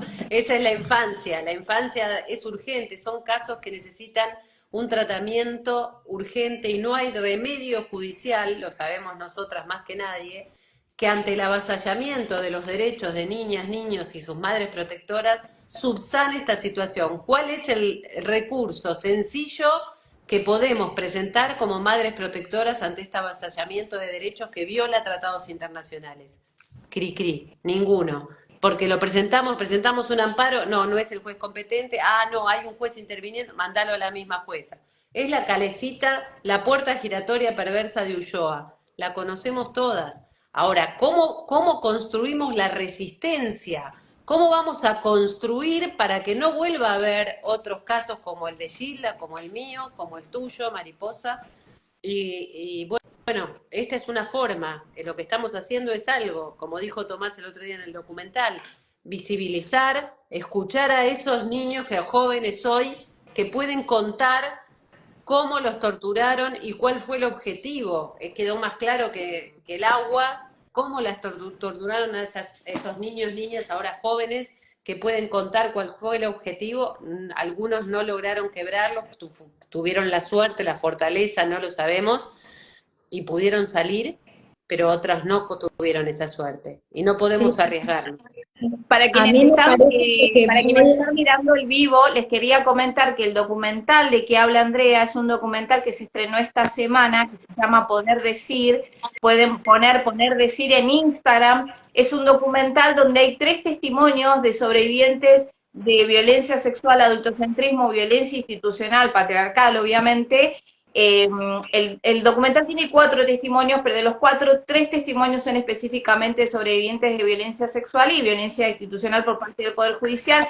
Se estrenó esta semana, Poder Decir, si mal no recuerdo, no sé cómo es el Instagram, pero el Poder documental se decir. llama Poder Decir. Poder Y decir. se lo recomendamos, les recomendamos que vayan, todavía no está online, pero que sigan el Instagram, porque ¿cuál es la importancia de este documental? Además de que desde mi perspectiva está bien hecho a nivel artístico y a nivel técnico, es que son sobrevivientes, adultos jóvenes de 20 y pocos, es decir, son los que sobrevivieron a la última década y algo de secuestros institucionalizados y violencia del Poder Judicial y que cuentan en primera persona.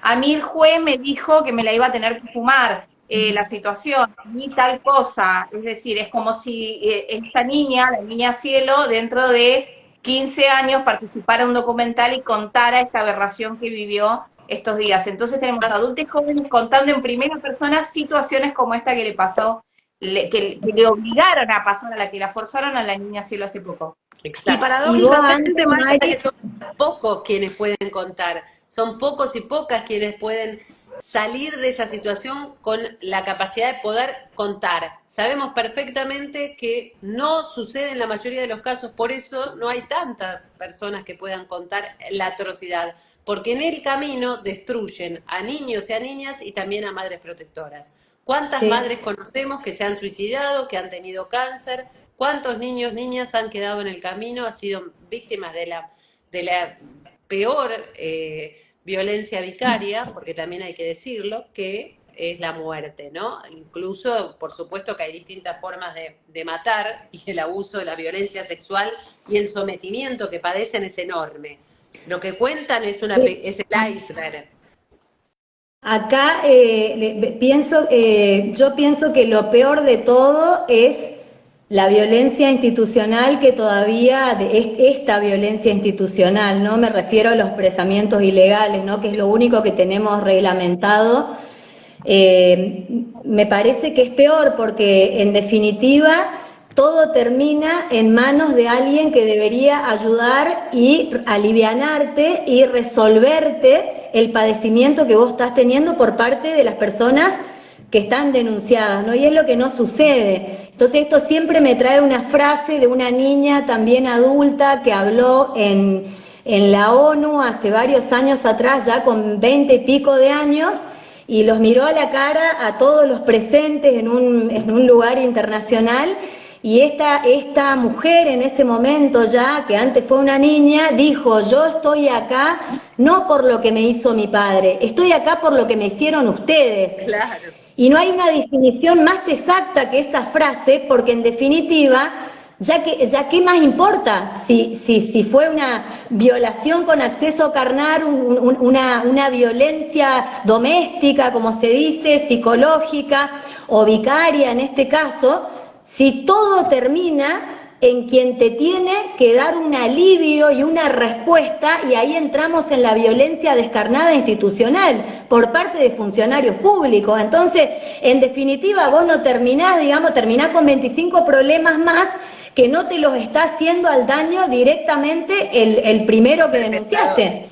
El perpetrador, y entonces ahí te meten lo que vos decías antes, el bozal legal. En esta causa concreta está la madre de la niña, toda su familia, una red que colaboraba para ellos y un par de personas más que la ayudaban a visibilizar la causa, todos con bozales legales. Cada intervención dice en el decreto de la jueza que es una multa que se llama astreinte de 50.000 pesos para la madre. Algo absolutamente inconstitucional, y no sé qué pretende silenciar un país completo. Yo lo que vengo a decirle a la gente es que no se sienta amedrentada por esto y que sigan publicando, que sigan hablando del tema, y que además cuando sacan una niña de esa forma, que puede ser en definitiva tu propio hijo, el hijo de todas, como dijimos en un momento en otras causas, no se puede perder más nada, compañera. Cuando vos te sacan un hijo,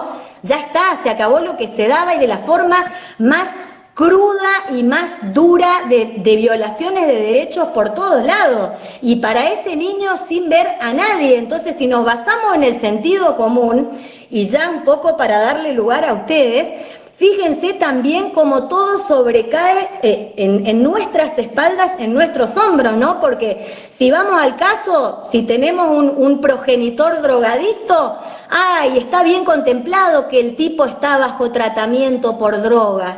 Todo bien. Ahora, pónganse a pensar cuando es a la inversa, cuando hay una madre depresiva o con una madre con problemas, con consumo problemático de drogas. ¿Se procede a lo mismo? No, en absoluto. Sin embargo, el tipo, muy bien, señor, haga el tratamiento y lo ve con revinculación. Vamos a ver si una madre le van a decir, señora, todo bien, haga el tratamiento y su hijito en su casa. Y entonces, esta es la asimetría de poder que estamos manejando acá, ¿no? todo esto que estamos diciendo es la ilustración concreta, digo, es el laboratorio, ¿no? El trabajo de campo del experimento que están tratando de sacar en el Senado con urgencia. Este es el trabajo de campo, los ratoncitos de laboratorio para que van a decir ahora, vieron, es una falsa denuncia. Vamos por los medios de comunicación, a la madre la multamos, nosotras sabemos lo que es que nos multen, nos quedamos sin bienes, con deudas, con hipotecado, la vida hipotecada, porque no, hasta multas por excedernos en la defensa, cosas que no existen, se inventan. Entonces, claro, la idea es que nos callemos, que nos arranquen a nuestros hijos, que nos amputen los hijos y que cerremos la boca por miedo. Eso no va a pasar. No pasó, no tuvimos miedo en ese entonces y no lo tenemos ahora. Y a la gente también decirle que piensen que también puede pasarle a cada una de las personas que los rodean, porque la realidad es que ninguna persona está exenta. 1 de cada 3 mujeres es víctima de violencia según la Organización Mundial de la Salud. ¿Cuál es la peor violencia que se puede ejercer sobre una madre? ¿Con qué se pueden meter si quieren hacerte daño? Con tus hijos, hijas. Entonces pensemos, la ecuación es fácil. Somos muchísimas madres y con hijos que estamos en riesgo que nos secuestren los hijos. Hay que salir y hablar. No nos callamos más. Ese es el punto. Y Me parece excelente lo que están diciendo. Decí, Dani, contanos. que quería también destacar que el procesado, imputado, condenado, porque las tiene todas, también forma parte de los famosos grupos antiderechos como Infancia Destruida. Entonces se lo puede ver en imágenes junto a Infancia Destruida, que son, bueno, los que están acompañando, por supuesto, todos estos proyectos pedorros que no tienen ningún fundamento para criminalizar a madres y demás, ¿no? Hay una característica que siempre los violentos y los abusadores están acompañando estas asociaciones, van de la mano estas asociaciones, y que ahora ellos hablan de la moda de las falsas denuncias. Yo hablo de la moda de utilizar a las mujeres machistas para no dar la cara a ellos, porque es mucho más fácil que exponer a una mujer diciendo que son víctimas detrás de la víctima para decir que hay mujeres que hablan de las falsas denuncias. La realidad es que la falsa denuncia, que vengan y las traigan, que nos denuncien, porque el delito existe. Exacto, pero existe el falso testimonio desde la reforma de 1921. Existe la falsa denuncia, o sea, no es un delito que no exista, como lo plantean, como la ley nueva de las falsas denuncias. Totalmente. Lo que pasa es que después, los mismos que van a esas marchas, que plantean leyes de falsas denuncias, son los que salen condenados, son los que ellos mismos hacen abreviados, reconociendo sus propios delitos. Entonces, y aún así, después te dicen, si los condenan, te dicen, no, la ideología de género del juez.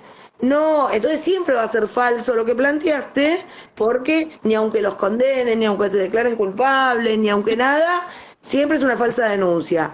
Bueno, que vayan y la denuncien. Yo estoy esperando a mucha gente que me venga a hacer las correspondientes denuncias por falsa denuncia. Todavía no me llegó ninguna, pero les quiero decir que está tipificado en el código y que los espero. Mira, con esto que vos comentás, Dani. Perdón. Sí, quería decir con esto que comentas, Dani, es que cuando salió el impresentable que tenemos de ministro de Justicia, con este chamullo de las falsas denuncias, me, Olivarón. me tomé una patargina y entré al perfil para ver qué comentaban abajo, ¿no? Y abajo había incluso un tipo que estaba preso. Y había comentarios de Eso diciendo, qué bueno, es lo que ustedes decir, un tipo condenado por una violación grupal, al parecer, porque hablaba de unos hisopados y que él no los conocía, los otros decían, una violación grupal, echaba un preso, diciéndole al ministro de Justicia, qué bueno que usted llegó, y claro, a un preso por violación y viene como anilla al dedo Bueno, el ministro de habría que Justicia, ¿no? una de investigar las el ministro personas que de acompaña, Justicia también. ahora que dijiste violación grupal, una de las personas que más fomenta este proyecto y demás es la hermana de uno de los violadores del famoso caso ocurrido en Palermo, que conduce un programa de radio, invita a otros supuestos falsos denunciados. Esos chicos están condenados en primera instancia. No es que, aparte que bueno, fue público, salió en los medios y demás, aparte están condenados. Y una de las personas que cuando vos ves quiénes están en el Senado, quiénes están en la foto, es justamente la hermana de un tipo condenado por una violación grupal. Entonces, Tal cual. ¿qué Claro. podés esperar? Por eso Andrea, digo, Andrea que habló sobre el tema este de la causa de Jazmín Carro, que es la que la llevaron con la Inquisición ahí al Senado, y el tema también de cómo el periodismo también, o esta cuestión de poder, que cada persona tiene un celular en la mano y se va distorsionando la verdad. O sea, lo peculiar de esta causa también es que esta chica, a los 3 meses que realiza la denuncia formal, ella se retracta, digamos. Es la única parte verdadera del discurso que se mandó ahí llorando, temblando y leyendo, ¿no? Porque su lenguaje corporal es terrorífico, ¿no? De la presión que ha recibido. Y entonces, a partir de ese momento, se ordena todo un nuevo protocolo por la posibilidad de evaluar entonces lo que él ya estaba diciendo, que por supuesto salió negativo todo. Y además en el juicio oral y público, el detalle que poca gente sabe, es que esta señora le pagó el abogado todos los gastos, nunca dejó de verlo, digamos, al acusado hoy condenado, porque ella hoy se presenta como que, bueno, yo la apoyé a mi hija y qué sé yo, y blum blan, y acá no pasó nada, ¿no? Y también entonces pidió en su momento del proceso oral, digamos, la fiscalía, pidió como que se la investigue a la madre, no me acuerdo la figura ahora penal, Sí. de la presión que le estaba ejerciendo en pleno proceso a su propia hija, o sea, una barbaridad, digamos. Entonces, entre eso hay un montón de detalles y ahora salen, ella misma, la madre sobre todo, porque la chica no dio más la cara, acá en Córdoba ha salido en distintos medios a decir, solo con su relato, esto nadie lo evaluó, me puede escuchar todo cosas que son mentiras, compañeras, son mentiras y encontraron un huequito para ver si al lado de los antiderechos con la falsa denuncia lo pueden sacar al tipo. Primero porque nunca se imaginaron que a este tipo le iban a dar 15 años y entonces como ya lleva 4, quieren ver cómo lo zafan al tipo cuando ya salieron del Poder Judicial a aclarar todo. Es más, dijeron, esperemos que el periodismo tenga acceso a la causa y describieron la cantidad de barbaridades que hay en la causa. Por primera vez, digamos, ofrecen el expediente para que vean que ahí se hizo todo bien. Y por otro lado les ha tocado una fiscal que acá es muy conocida en Córdoba, que es una fiscal durísima, durísima con las mujeres, o sea, una fiscal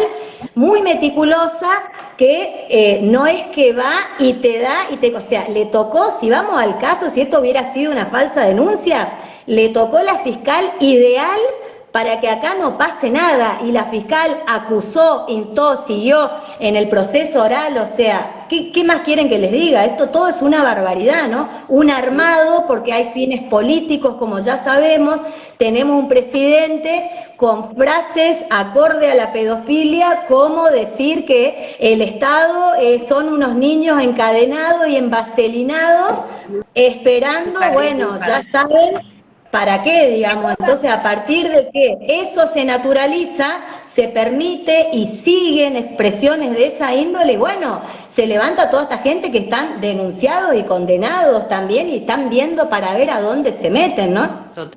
Lo que pasa, Gilda, que también sí tiene que ver el tema del periodismo, porque, por ejemplo, la abogada esta, Fátima Silva, que salió a hablar de crear como si una cona, no sé qué nombre le puso, para investigar todas las causas de condenas, para ver si eran verdaderas o falsas, y en el momento en que la periodista, por ejemplo, le pregunta esto de específicamente del caso de la chica esta, de si cómo podía ser que solo con el relato, cambia de tema y dice, no, lo que pasa es que todas las causas son con el relato, porque no puede negar que en el caso de esta chica se le hicieron pericias médicas, se le hicieron pericias psicológicas, se le hicieron todo tipo de pericias, porque figuran en la sentencia y porque aparte lo dijo la misma chica en las 10 hojas que le hicieron leer, que se contradecía todo el tiempo, que hasta en un momento le dice, ¿cuánto hace que está preso tu papá?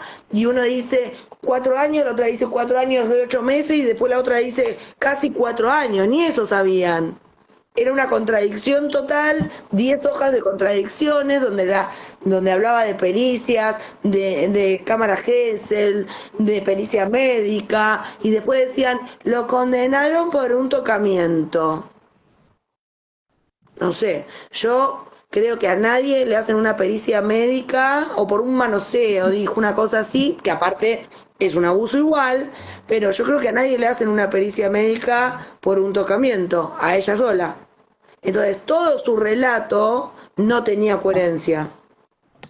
Sí, sí, Acá comenta la Manu, dice, al primo de Pagotto, el senador, le encontraron 980 fotos y videos abusando sexualmente de una niña que lo denunció en 2018. Todavía no fue juzgado. Madre protectora de Concordia dice sobre este caso, nunca lo dejó, nunca le creyó a su hija. La Manu también dice, fuimos testigos de cómo sometieron públicamente a una joven sobreviviente para someternos a todas al silencio. A mí me parece que hay algo re importante en esto, y es que estamos viviendo un momento histórico, porque el salir del tabú de la violencia sexual contra las niñas y adolescentes es hoy, es ya, es ahora, no fue hace 200 años, no fue hace 150, no fue hace 100, fue en los últimos 20, 30 años, y acá en Argentina en los últimos 10, 15 años, donde se empezó a hablar del tema, donde además hubo muchas denuncias, porque no es que esto no existía, antes no se denunciaba, antes la mayoría de las madres no denunciaban, porque no se daban cuenta, porque las niñas no contaban, o porque, como en este caso, eran cómplices del agresor, o porque, digamos, se daban varias circunstancias. Me parece que nosotras estamos atravesando un momento histórico, que es el momento en el cual nos animamos muchas a denunciar violencia psicológica, violencia física, violencia sexual contra nosotras, contra nuestras hijas, y lo que tenemos en este momento en el gobierno, en los medios, en el accionar social, es la respuesta a esa búsqueda de derechos, la respuesta a ese sacar la violencia sexual desde abajo de la alfombra, la violencia sexual contra niñas y adolescentes y sobre todo la intrafamiliar y sobre todo en manos del progenitor, ¿no? Porque hay la mayoría, hay mucha gente que todavía piensa que el agresor sexual de niños y adolescentes es un hombre anciano en una plaza, ¿no? Y nosotros sabemos que la realidad es que por lo general es el progenitor barra padrastro, abuelo, tío, algún hombre por lo general y del entorno. Entonces, hay intencionalmente una disociación entre el poder judicial penal y el poder judicial civil, y una disociación incluso dentro de esos poderes donde parece que un violento podría llegar a ser un buen padre. Y a un tipo que lo denuncian por violencia sexual, si lo absuelven porque no había suficientes pruebas, porque no hay rastros físicos, o porque no se le ocurrió a la madre hacer una afirmación, o a la víctima hacer una afirmación de cómo le están violentando sexualmente, entonces no tenés suficientes pruebas, bueno, lo absuelven, y ¿qué hay que hacer? Revincularlo, porque al parecer podría ser un sorete por un lado y un re buen papi y una buena persona por el otro, lo cual sabemos en los hechos que es imposible, pero bueno, el Poder Judicial es ese extraño lugar donde toda la lógica se pierde absolutamente, como lo que decía Gilda hace rato, lo que decía Dani, lo que decías vos, André, que a cualquier persona con 2 gramos de cerebro le parece que lo que vimos del arrancamiento de la línea cielo es algo que no se puede hacer. No. Y menos aún en el Poder Judicial. Vos Sí, por otro lado, ¿no? Mari, para mí hay que empezar a hablar de todos estos temas porque son todas cosas tomadas muy livianamente. Por ejemplo, esto que hicieron con esta chica, un poco para ampliar un poquitito. Imagínate que la retractación, o sea, no existe nada más en causas de violencia sexual, sino en todos los rubros. Yo, a nivel personal, en todos estos años he pasado, pero no saben la cantidad de mujeres golpeadas, por ejemplo, con causas elevadas a juicio, que han hablado conmigo y que me dijeron: Gilda, tengo que contarte que vine de la fiscalía esta mañana porque el juicio comienza pasado mañana, y bueno, y entonces me dijo el abogado que se va a ofrecer una probation y todo, pero bueno, como él trabaja de albañil, ahora quién me va a pasar la plata, entonces yo quiero dar de baja y me dijeron que no se puede. Bueno, de eso tengo para contarles para hacer dulce, ni hablar inclusive en causas de homicidios hasta controversiales. Voy a poner una como ejemplo que es totalmente controversial y no quiero ahondar en el tema ni entrar tampoco en tema, pero tenemos a Nair Galarza, que también dijo: che, yo no fui, acá fue mi viejo. Y de pronto no es que dijeron: ah, bueno, salga en libertad, señora, tendrá ahí, está todo interpuesto a donde tiene que estar. O sea, esto no es que uno va mañana y dice: ay, mentí, se ponen todos en el Senado y la gente, qué bien, porque los mensajes, impresionantes, miles de mensajes diciendo: tiene que estar presa, cosas, o sea, y ahí terminó porque no tenés pensamiento crítico, hermana, o sea, no sabés nada, no te pones a desburrarte un poco, a decir: che, pero esto no funciona así, no es, bueno, yo me siento y digo: ay, mentí y todo bien, fui, y se fue todo a un juicio oral y público, toda una cosa impresionante, con mi palabra le dieron 15 años, por favor, o sea, eso no existe. O sea, gente sin poder, sin dinero, sin nada, o sea, es un absurdo. Y la sabemos del otro lado, quienes hemos llevado a juicio casos con caudal probatorio que sobra y dicen que no alcanza el estándar probatorio, y nos preguntamos, habiendo lesiones físicas, pericias psicológicas, cámara Gesell, ¿qué es lo que necesitan? ¿Cuál sería ese estándar probatorio que pretenden para condenar a un pedófilo? ¿Necesitan una filmación de cuando sucede, cuando esa niña, esa joven es violentada? Y aún así, por ahí dicen que no sirve porque lo tomó sin el consentimiento del violador, porque no va a ser la primera vez que aparecen videos y dicen que no se pueden utilizar porque fueron tomados sin consentimiento. Respecto de lo que dijo Julia Libarona, perdón, el 29 de noviembre dijo: este es un caso paradigmático de cómo la ideología de género se apoderó de mentes inocentes para que sean los títeres de su revolución nefasta. Nos pusimos en contacto con esta familia destruida por el feminismo y vamos a erradicar la ideología de género de la justicia. Bueno, está claro cuál es. Bueno, ¿eso es un mensaje? ¿Eso que acabas de leer es un mensaje? Eso lo publicó en su cuenta de Twitter, Junio Libarona, el 29 de noviembre. Pensé que lo habían puesto ahora, dije, bueno, sí. Ahora, fíjate vos que nosotros estamos, digamos, viviendo en una sociedad, ni hablar de coherencia, ¿no? Pero es una sociedad que está totalmente fracturada, que está, digamos, con un profundo resentimiento, bueno, porque esto es complejo el tema, ¿no? Y sobre todo con la manipulación que se ha hecho de la verdad. O sea, estamos hablando, fíjate vos que Junio Libarona, que es el ministro de Seguridad, con qué, a ver, con qué moral, digamos, este tipo puede, porque tanto que le gusta a la familia y todo eso, o sea, con qué moral, qué registro, digamos, a ver, de cosa de intachabilidad, digamos, hay en su vida. O sea, en su vida hay mujeres golpeadas, hay sexo, droga, rock and roll, suicidio, Que o sea, cayeron por el balcón. causas, digamos, o sea, defensa de narcotraficantes, o sea, enriquecimiento, o sea, estamos hablando que es un tipo que tiene, es impresionante la cantidad de poder económico que tiene porque ha salido la declaración jurada, lo que tiene blanqueado es impresionante, tiene acceso cualquier ciudadano a eso, entonces, ¿con qué autoridad moral vos te sentás, hablás de la ideología? O sea, todas frases hechas, ¿no?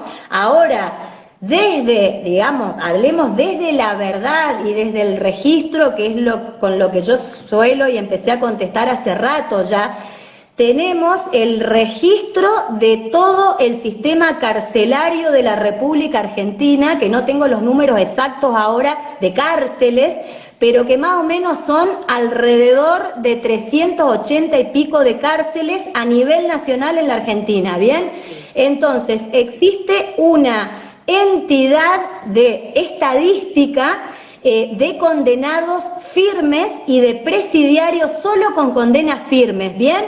Entonces, ahí de toda la unidad carcelaria, digamos, de la República Argentina, nosotras tenemos mujeres apresadas. ¿Saben cuánto tenemos de mujeres presas? Un 1%, un 1%, cifras del año 2023 y 2024, y de ese 1%, la mitad, el 0,5% de esas mujeres están condenadas por narcotráfico.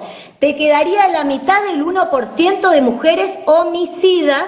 Y entonces, como son solamente los homicidios, por ejemplo, no están diferenciados de a quién mataron, ¿no? Puede ser a su propio hijo, al padre, no importa, ¿no? Pasa lo mismo con los hombres, por esto de que, yo ya lo expliqué en otros videos, de que han sacado la figura en el Código Penal que antes era el filicidio.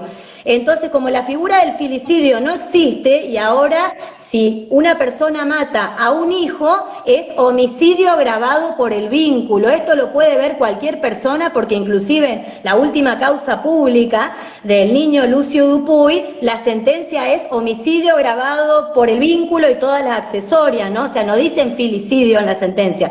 Bueno, por este rubro, no es un rubro, disculpen, por esta cuestión, digamos, de la reforma que se hizo en el Código Penal, en las estadísticas no pueden diferenciar los homicidios, o sea, diferenciar de qué. Pero lo que les puedo decir es que en la población carcelaria, los hombres, porque esto es una cuestión de sexo, ni siquiera estamos hablando de género, sexo masculino que está preso por homicidio asciende a más del 70%.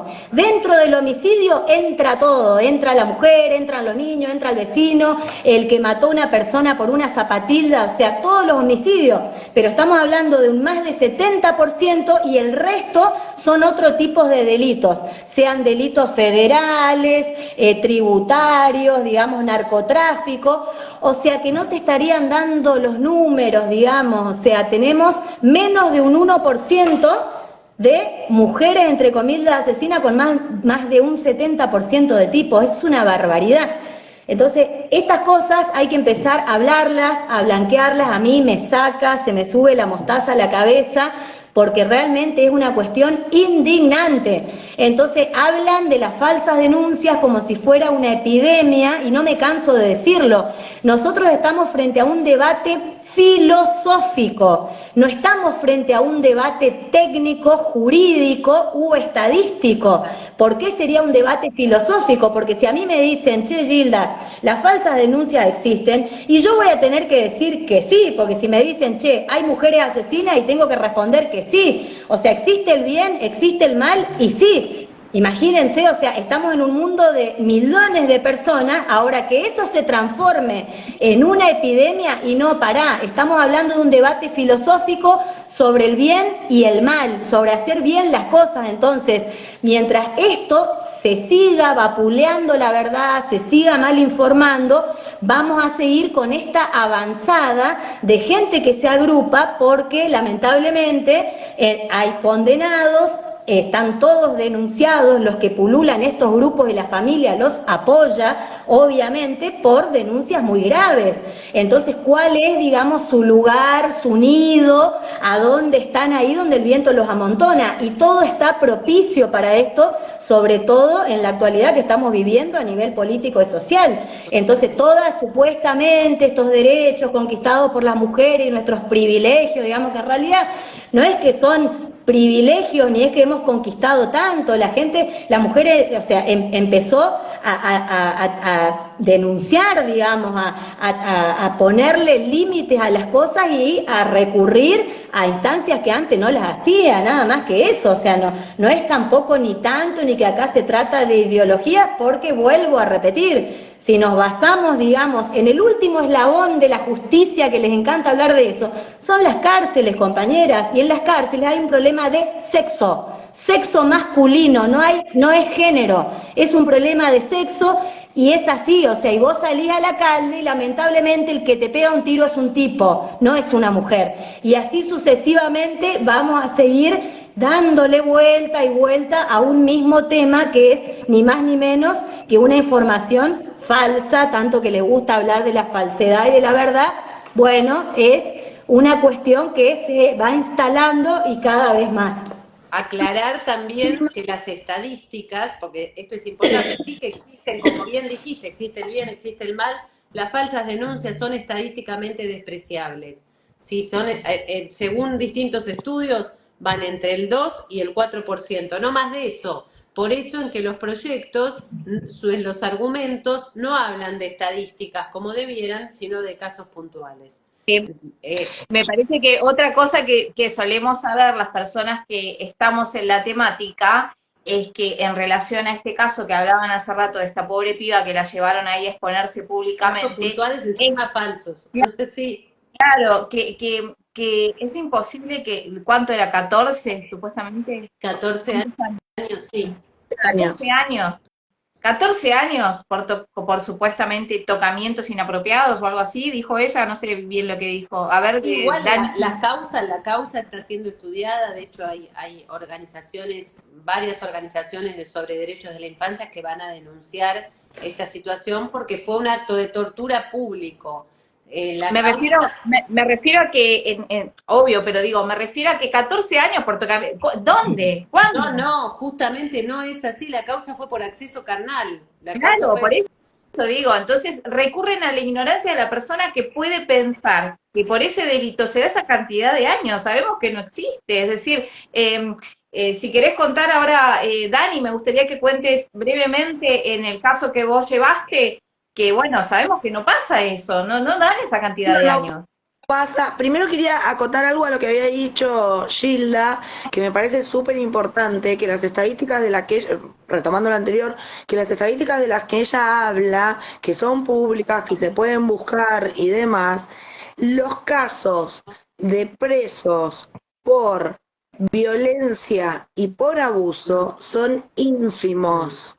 Porque está esto de decir que hay una epidemia, que la epidemia de las falsas denuncias, que están las cárceles abarrotadas, llenas, que no entran presos porque están todos presos por falsas denuncias, y cuando se hace esa separación en la cual está el porcentaje de homicidios, el porcentaje, la cantidad de presos por abuso simple, abuso agravado, abuso con acceso carnal, y porque también no es que no existe violación como delito. Y la cantidad de presos por violencia de género es ínfima en esas estadísticas. Y en cuanto a las penas, también están las penas, las condenas, cuál es la condena, y menos de un 80% de toda la población carcelaria tiene una pena, o sea, menos de un 20% de toda la población carcelaria tiene una pena superior a 15 años de prisión. Entonces, no existen esas penas, no se las dan a nadie, no las dan ni en casos de delitos continuados, de delitos en concurso, de delitos que están probados, pero que aparte están probados, porque cuando nosotros hablamos de abuso intrafamiliar, la realidad es que no ocurre una vez, ocurre muchísimas veces. Entonces, si nosotros sumáramos las penas que deberían tener por cada vez que se prueba, cuando lo podemos probar, cuando nos permiten que lo puedas probar y no lleves la pericia y te digan que la pericia no sirve, que el otro no sirve, que el psicólogo miente, porque también es importante destacar que los psicólogos de los niños mienten y les llenan la cabeza, ese es otro de los argumentos que utilizan. La realidad es que no, las penas son infinitas. Si vos sumás lo que le deberían dar, y terminan con una pena ínfima, incluso en casos donde se declaran culpables, donde hacen un abreviado. En mi caso particular, había muchísima prueba porque había una muy buena instrucción y esta persona se declaró, reconoció, dijo estar conforme con la pena que le ofrecía la representante del Ministerio Público, que eran 14 años, por delitos continuados, por esto que yo digo, son delitos desde el jardín de infantes, o sea, y caracterizados desde los 3 años hasta los 6 años de una manera y desde los 6 años hasta los 10 años de otra manera, es más grave, por supuesto, y aún así, con el tipo declarándose culpable y con el agravante de ser progenitor y de estar bajo su guarda, y aún así, él acuerda 14 años y el juez, desvergonzado, del Tribunal Oral número 2 de Morón, a 12 años. Entonces, ni siquiera cuando se declaran culpables, le dan la pena que ellos mismos aceptaron, ¿no? Ante delitos gravísimos, continuados en el tiempo, y donde existe un vínculo directo porque era la persona que más tenía que proteger. Y probados, Entonces, delitos probados. Juez ante delitos probados y aceptados por el agresor. Porque por eso hace el abreviado, ¿no? Pero vos lees la sentencia y el juez dice, bueno, no vamos a entrar a discutir el hecho porque ni siquiera es indiscutible. La defensa ni siquiera discutió el hecho. Todas cosas así, y el tipo arregla 14 años y le dan 12. Entonces vos decís, me están tomando el pelo. Definitivamente nos están tomando el pelo, que es lo mismo que pasa cuando uno quiere ir a juicio, porque este es otro tema. El 25% de los expedientes de la provincia de Buenos Aires se cierran con juicios abreviados. Los fiscales no van a juicio. No hay otra, no hay, y eso sí son estadísticas.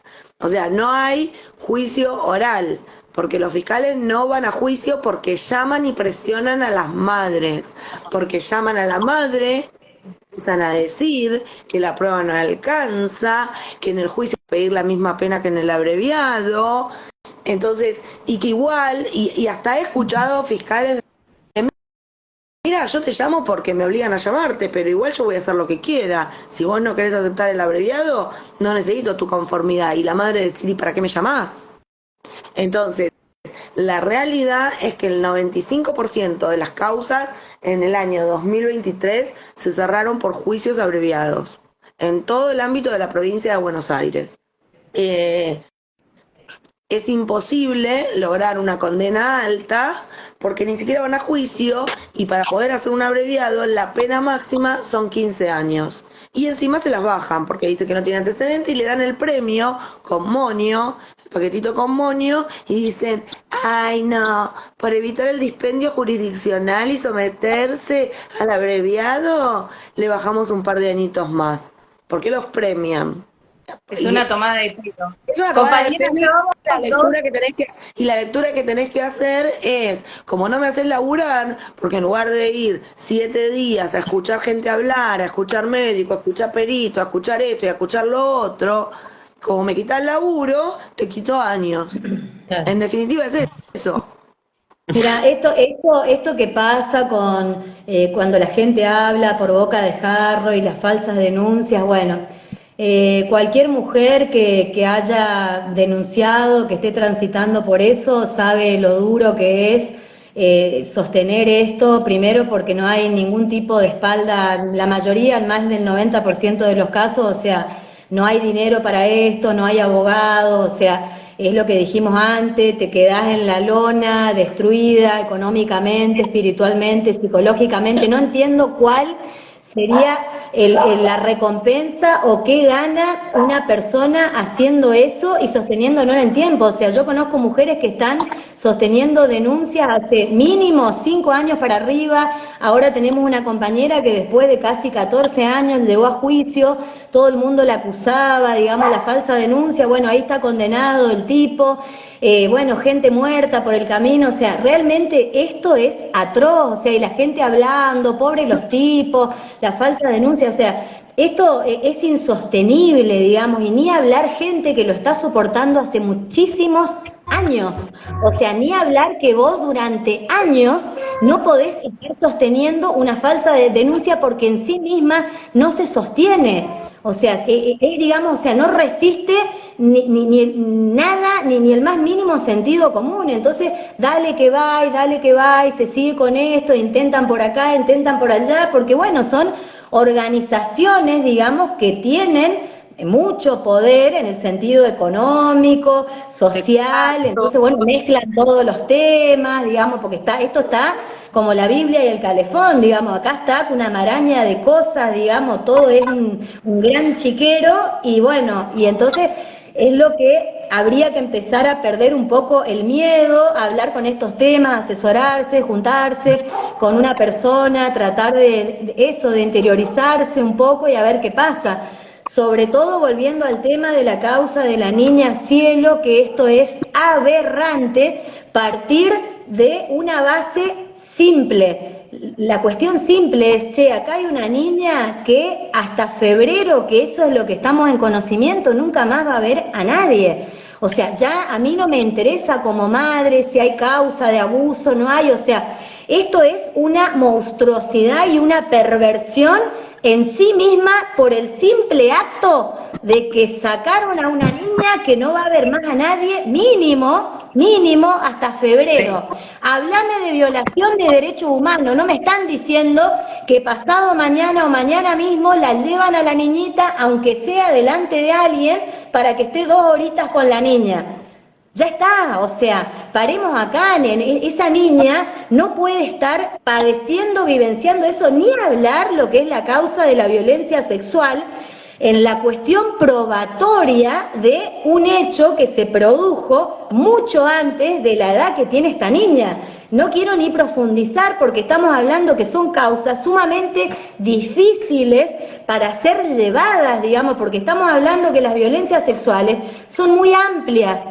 Yo a nivel personal le digo violencia sexual para no delimitar algo que desconozco y que es mejor que eso quede a donde debe estar, que es una causa. Entonces, como todo es tan amplio y hay absolutamente una cantidad de cosas que pueden surgir de las violencias sexuales, no lo sabemos. Pero entonces, en una niña tan pequeña, o sea, ¿de qué estamos hablando, digamos? O sea, si el hecho mismo de recordar, sabemos que en el mientras tanto tenemos que tener una profesional en la psicología para que esta niña, digamos, trate de recuperarse y a la vez que se está recuperando, tampoco se puede recuperar porque está siendo revictimizada y llamada para recordar 180 millones de veces lo mismo que contó. Y estamos hablando de una niña muy pequeña. Entonces, bueno, y ahí está todo el entramado, ahora la tienen en la casa donde, hasta donde sabemos, en la información pública se cometieron los hechos. Entonces, bueno, Si esto, la sociedad, a mi modo de ver, o sea, yo el día que vi esos videos no pude dormir, pero no pude dormir, digamos, porque digo, ¿cómo puede ser que no se paralice un país completo? Ahora cuando aparece el niño muerto, ahora salió otra niñita muerta también asesinada, ahí toda la gente, porque a la gente le encanta el amarillismo, le encanta la sangre, y ahí se empieza a alimentar y ya el muerto está muerto, compañera, si no tiene remedio. Es muy duro lo que digo. Ahora, cuando estamos en vida, torturando, secuestrando, violentando, y no ahí debate y hablan al pedo y que no sea frente a una monstruosidad, bueno, dale, entonces te voy a agarrar a vos y te voy a hacer lo mismo, a ver qué pasa, digamos. A ver, entonces te voy a tener que atar en una casa porque, claro, como sos un adulto te va a querer escapar por la ventana, algo que no puede hacer un niño. Y bueno, y esas cosas sencillas y simples no están en un planteo, digamos, que debería tener alguien, digamos, común y corriente. En un planteo lógico, ¿no? En un planteo lógico, porque por eso le decimos secuestro institucional, arrancamiento, es decir, es algo que si lo hicieran un adulto, si vos filmaras a un adulto gritando mientras lo arrastran y lo llevan a un lugar que no quiere estar, todo el mundo diría, esto está mal, esto es ilógico. Ahora, si es una niña, y una niña que denunció, que verbalizó violencia sexual, parece que está bien, que está dentro de lo lógico. Bueno, este es el tabú sobre la violencia sexual hacia niñas y adolescentes, que lo que no sería lógico en otras causas, en otros casos, en otros contextos, parece que dentro de la violencia sexual sí es lógico, como esto de la piba violada tenía la pollerita muy corta. En otro contexto, un comentario sobre la víctima sería completamente ilógico. La violencia sexual viene, pero como anillo al dedo. Es decir, a mí me parece que acá tenemos varias cosas muy importantes. Una, que es un violento nunca es un buen padre. Un agresor sexual de niños y adolescentes nunca va a reconocer su delito, y la familia, si es cómplice,